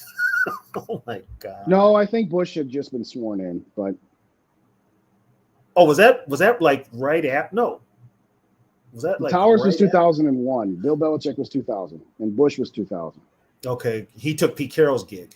Right, but anyway, it's not negative to want more. It's not negative to not be content with mediocrity. If you're matter of fact, I think if you're happy with mediocrity, that's on you. Then you don't look for much out of your team or anything. I'd rather be mediocre than bad. What good does that get you? We're going to have to be bad eventually, though. Right. This notion that we can push through from being a mediocre team to a great team without taking the step back. Without taking a step back, yeah. That is when it's all said and done with all these conversations that we've had. What the Wills are trying to do is they're trying to be great without having to pay the price of being bad for a little bit, and all that does is keep you. They do not want to live through the Christian Ponder year. They don't want to do that again. Yes, exactly. And they're trying so hard not to that they're going to have to. It's inevitable. Just like getting that quarterback, isn't it? All right, it's after 11:30. Now I'll give you the real spicy analogy, right? Okay. Okay. Kids are in bed. Yeah, exactly. Winning a Super Bowl is like having sex and just, mind-blowing, blow your partner out of the water sex. Okay. Getting to the divisional round of the playoffs is your wife gets you hard but doesn't finish you. Okay.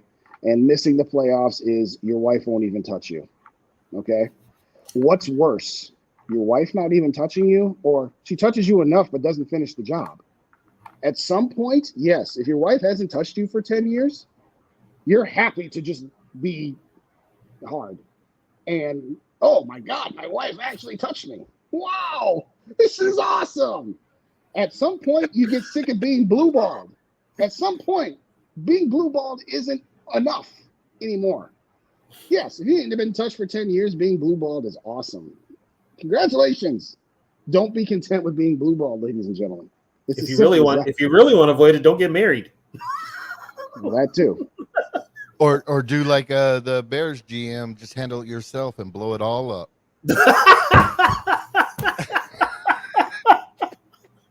And on that note, we're out. Oh my God. Oh, okay. I'll say this though, Tony. What's more crazy, that or T-Bass? Did you see T-Bass on One Bar the other day? No, I didn't. What did I miss? You missed T-Bass coming on the air right after he got his ass out of the shower, totally shirtless. I was in queue. I was in queue because they had opened up the line just like Yogi did.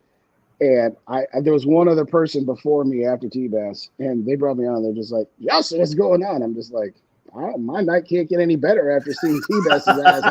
Oh my gosh. So I don't know which one was worse, the ending of this show or that. But my gosh, hey, gentlemen, it was fun. So, hey, it's Yogi, been fun, guys. We got to figure out if we're gonna carpool or if we're gonna meet. We got 2 weeks, but we got to get on that. And so let me know what you're thinking. Yeah, we'll figure out. Maybe we'll meet before we go in. Yeah, that'd be cool too. Because I actually don't live that far away from the stadium, so I can either walk or take the bus. Sounds like a plan. We'll definitely. What time does that game start? Does it start at noon or does it start at 3? It's a noon game. Okay, it's a noon game. That's why I took it, because I'm like, get home by 3 and keep my ass at home. Yeah. And you know what? It's a noon game, so Kirk Cousins will play. Oh wait, never mind. He ain't playing that game. I don't think he's playing. No, he's not gonna play at all. He's not. Yeah, I didn't think he was going to play it in preseason either. No. So we'll get a good look at Nick Mullins. But you know what? We'll go the next few weeks and we'll let the rest of the teams in the end. Oh, hey, we won our preseason games and our quarterbacks look. Well, on a closing note, this week they will scrimmage with the Titans and then have the game. Right. And then next week they're scrimmaging with the Cardinals and then the game. So you'll get a better feel how they look against opposition in practice. Let's see if the intensity gets turned up. It will with Brian Flores. I hope KOC will turn it up also.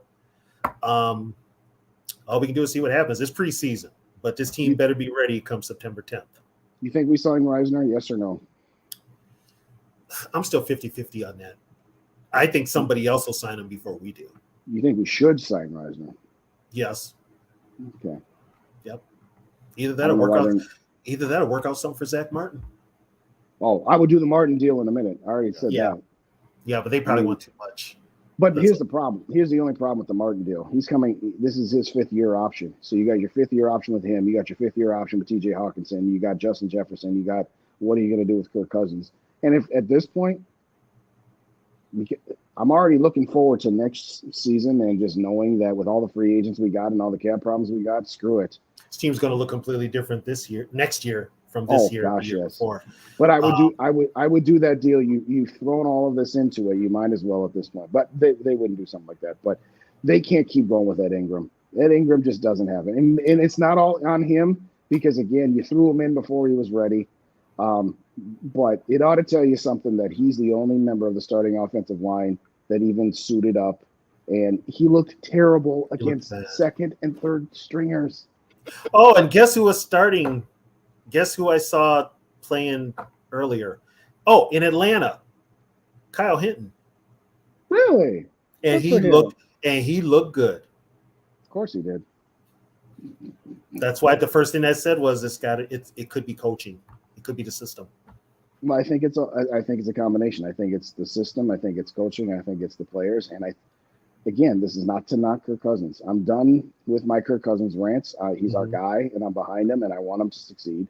But all right, fine. One more analogy. I know Yogi's heard this. I don't know if Tony, if you've heard it or not, but you got a buddy in high school, and sophomore year, he starts dating this girl, and he's just so in love, and she's just perfect. And 3 months later, he breaks up with her. That bitch was crazy as hell after I got to know her. And between that and the end of senior year, he's gone through 7 girls, and they all ended up starting out great, and they all ended up crazy at the end.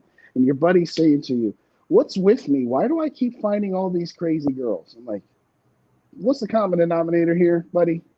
You're the common denominator. You think all these relationships just keep ending the same because all of these girls are crazy, or do you think that maybe it's something you got going on? I'm your buddy. I got to tell you the truth. And I got to tell you the truth with Kirk Cousins. All of this talk about all the times we can't find guards for him or centers, it's because he's a statue. And he thinks the problem with him is all up here. He goes into a play expecting everything to be perfect. And it's like you can't find perfection 100% of the time. And so, if it's not, he melts down.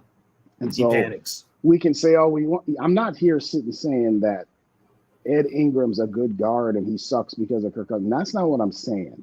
But what I am saying is maybe the reason we can't find an interior to the level that it needs to be for Kirk Cousins isn't just coaching and isn't just talent evaluating and isn't just talent. Maybe it's just difficult to find guards that can play at a level that Kirk needs with Kirk behind them. You know what I'm saying? Yeah, that's the thing. Yeah.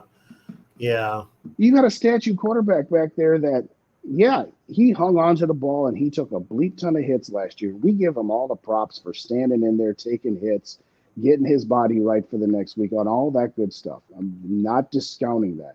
I'm just saying that maybe some of the reason why is his style of play.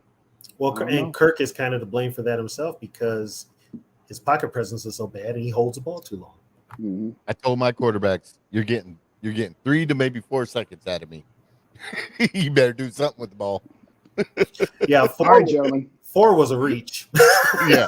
4 was a reach. All right, you guys have a good night. All right, take care, you guys. See you, bye. Bye.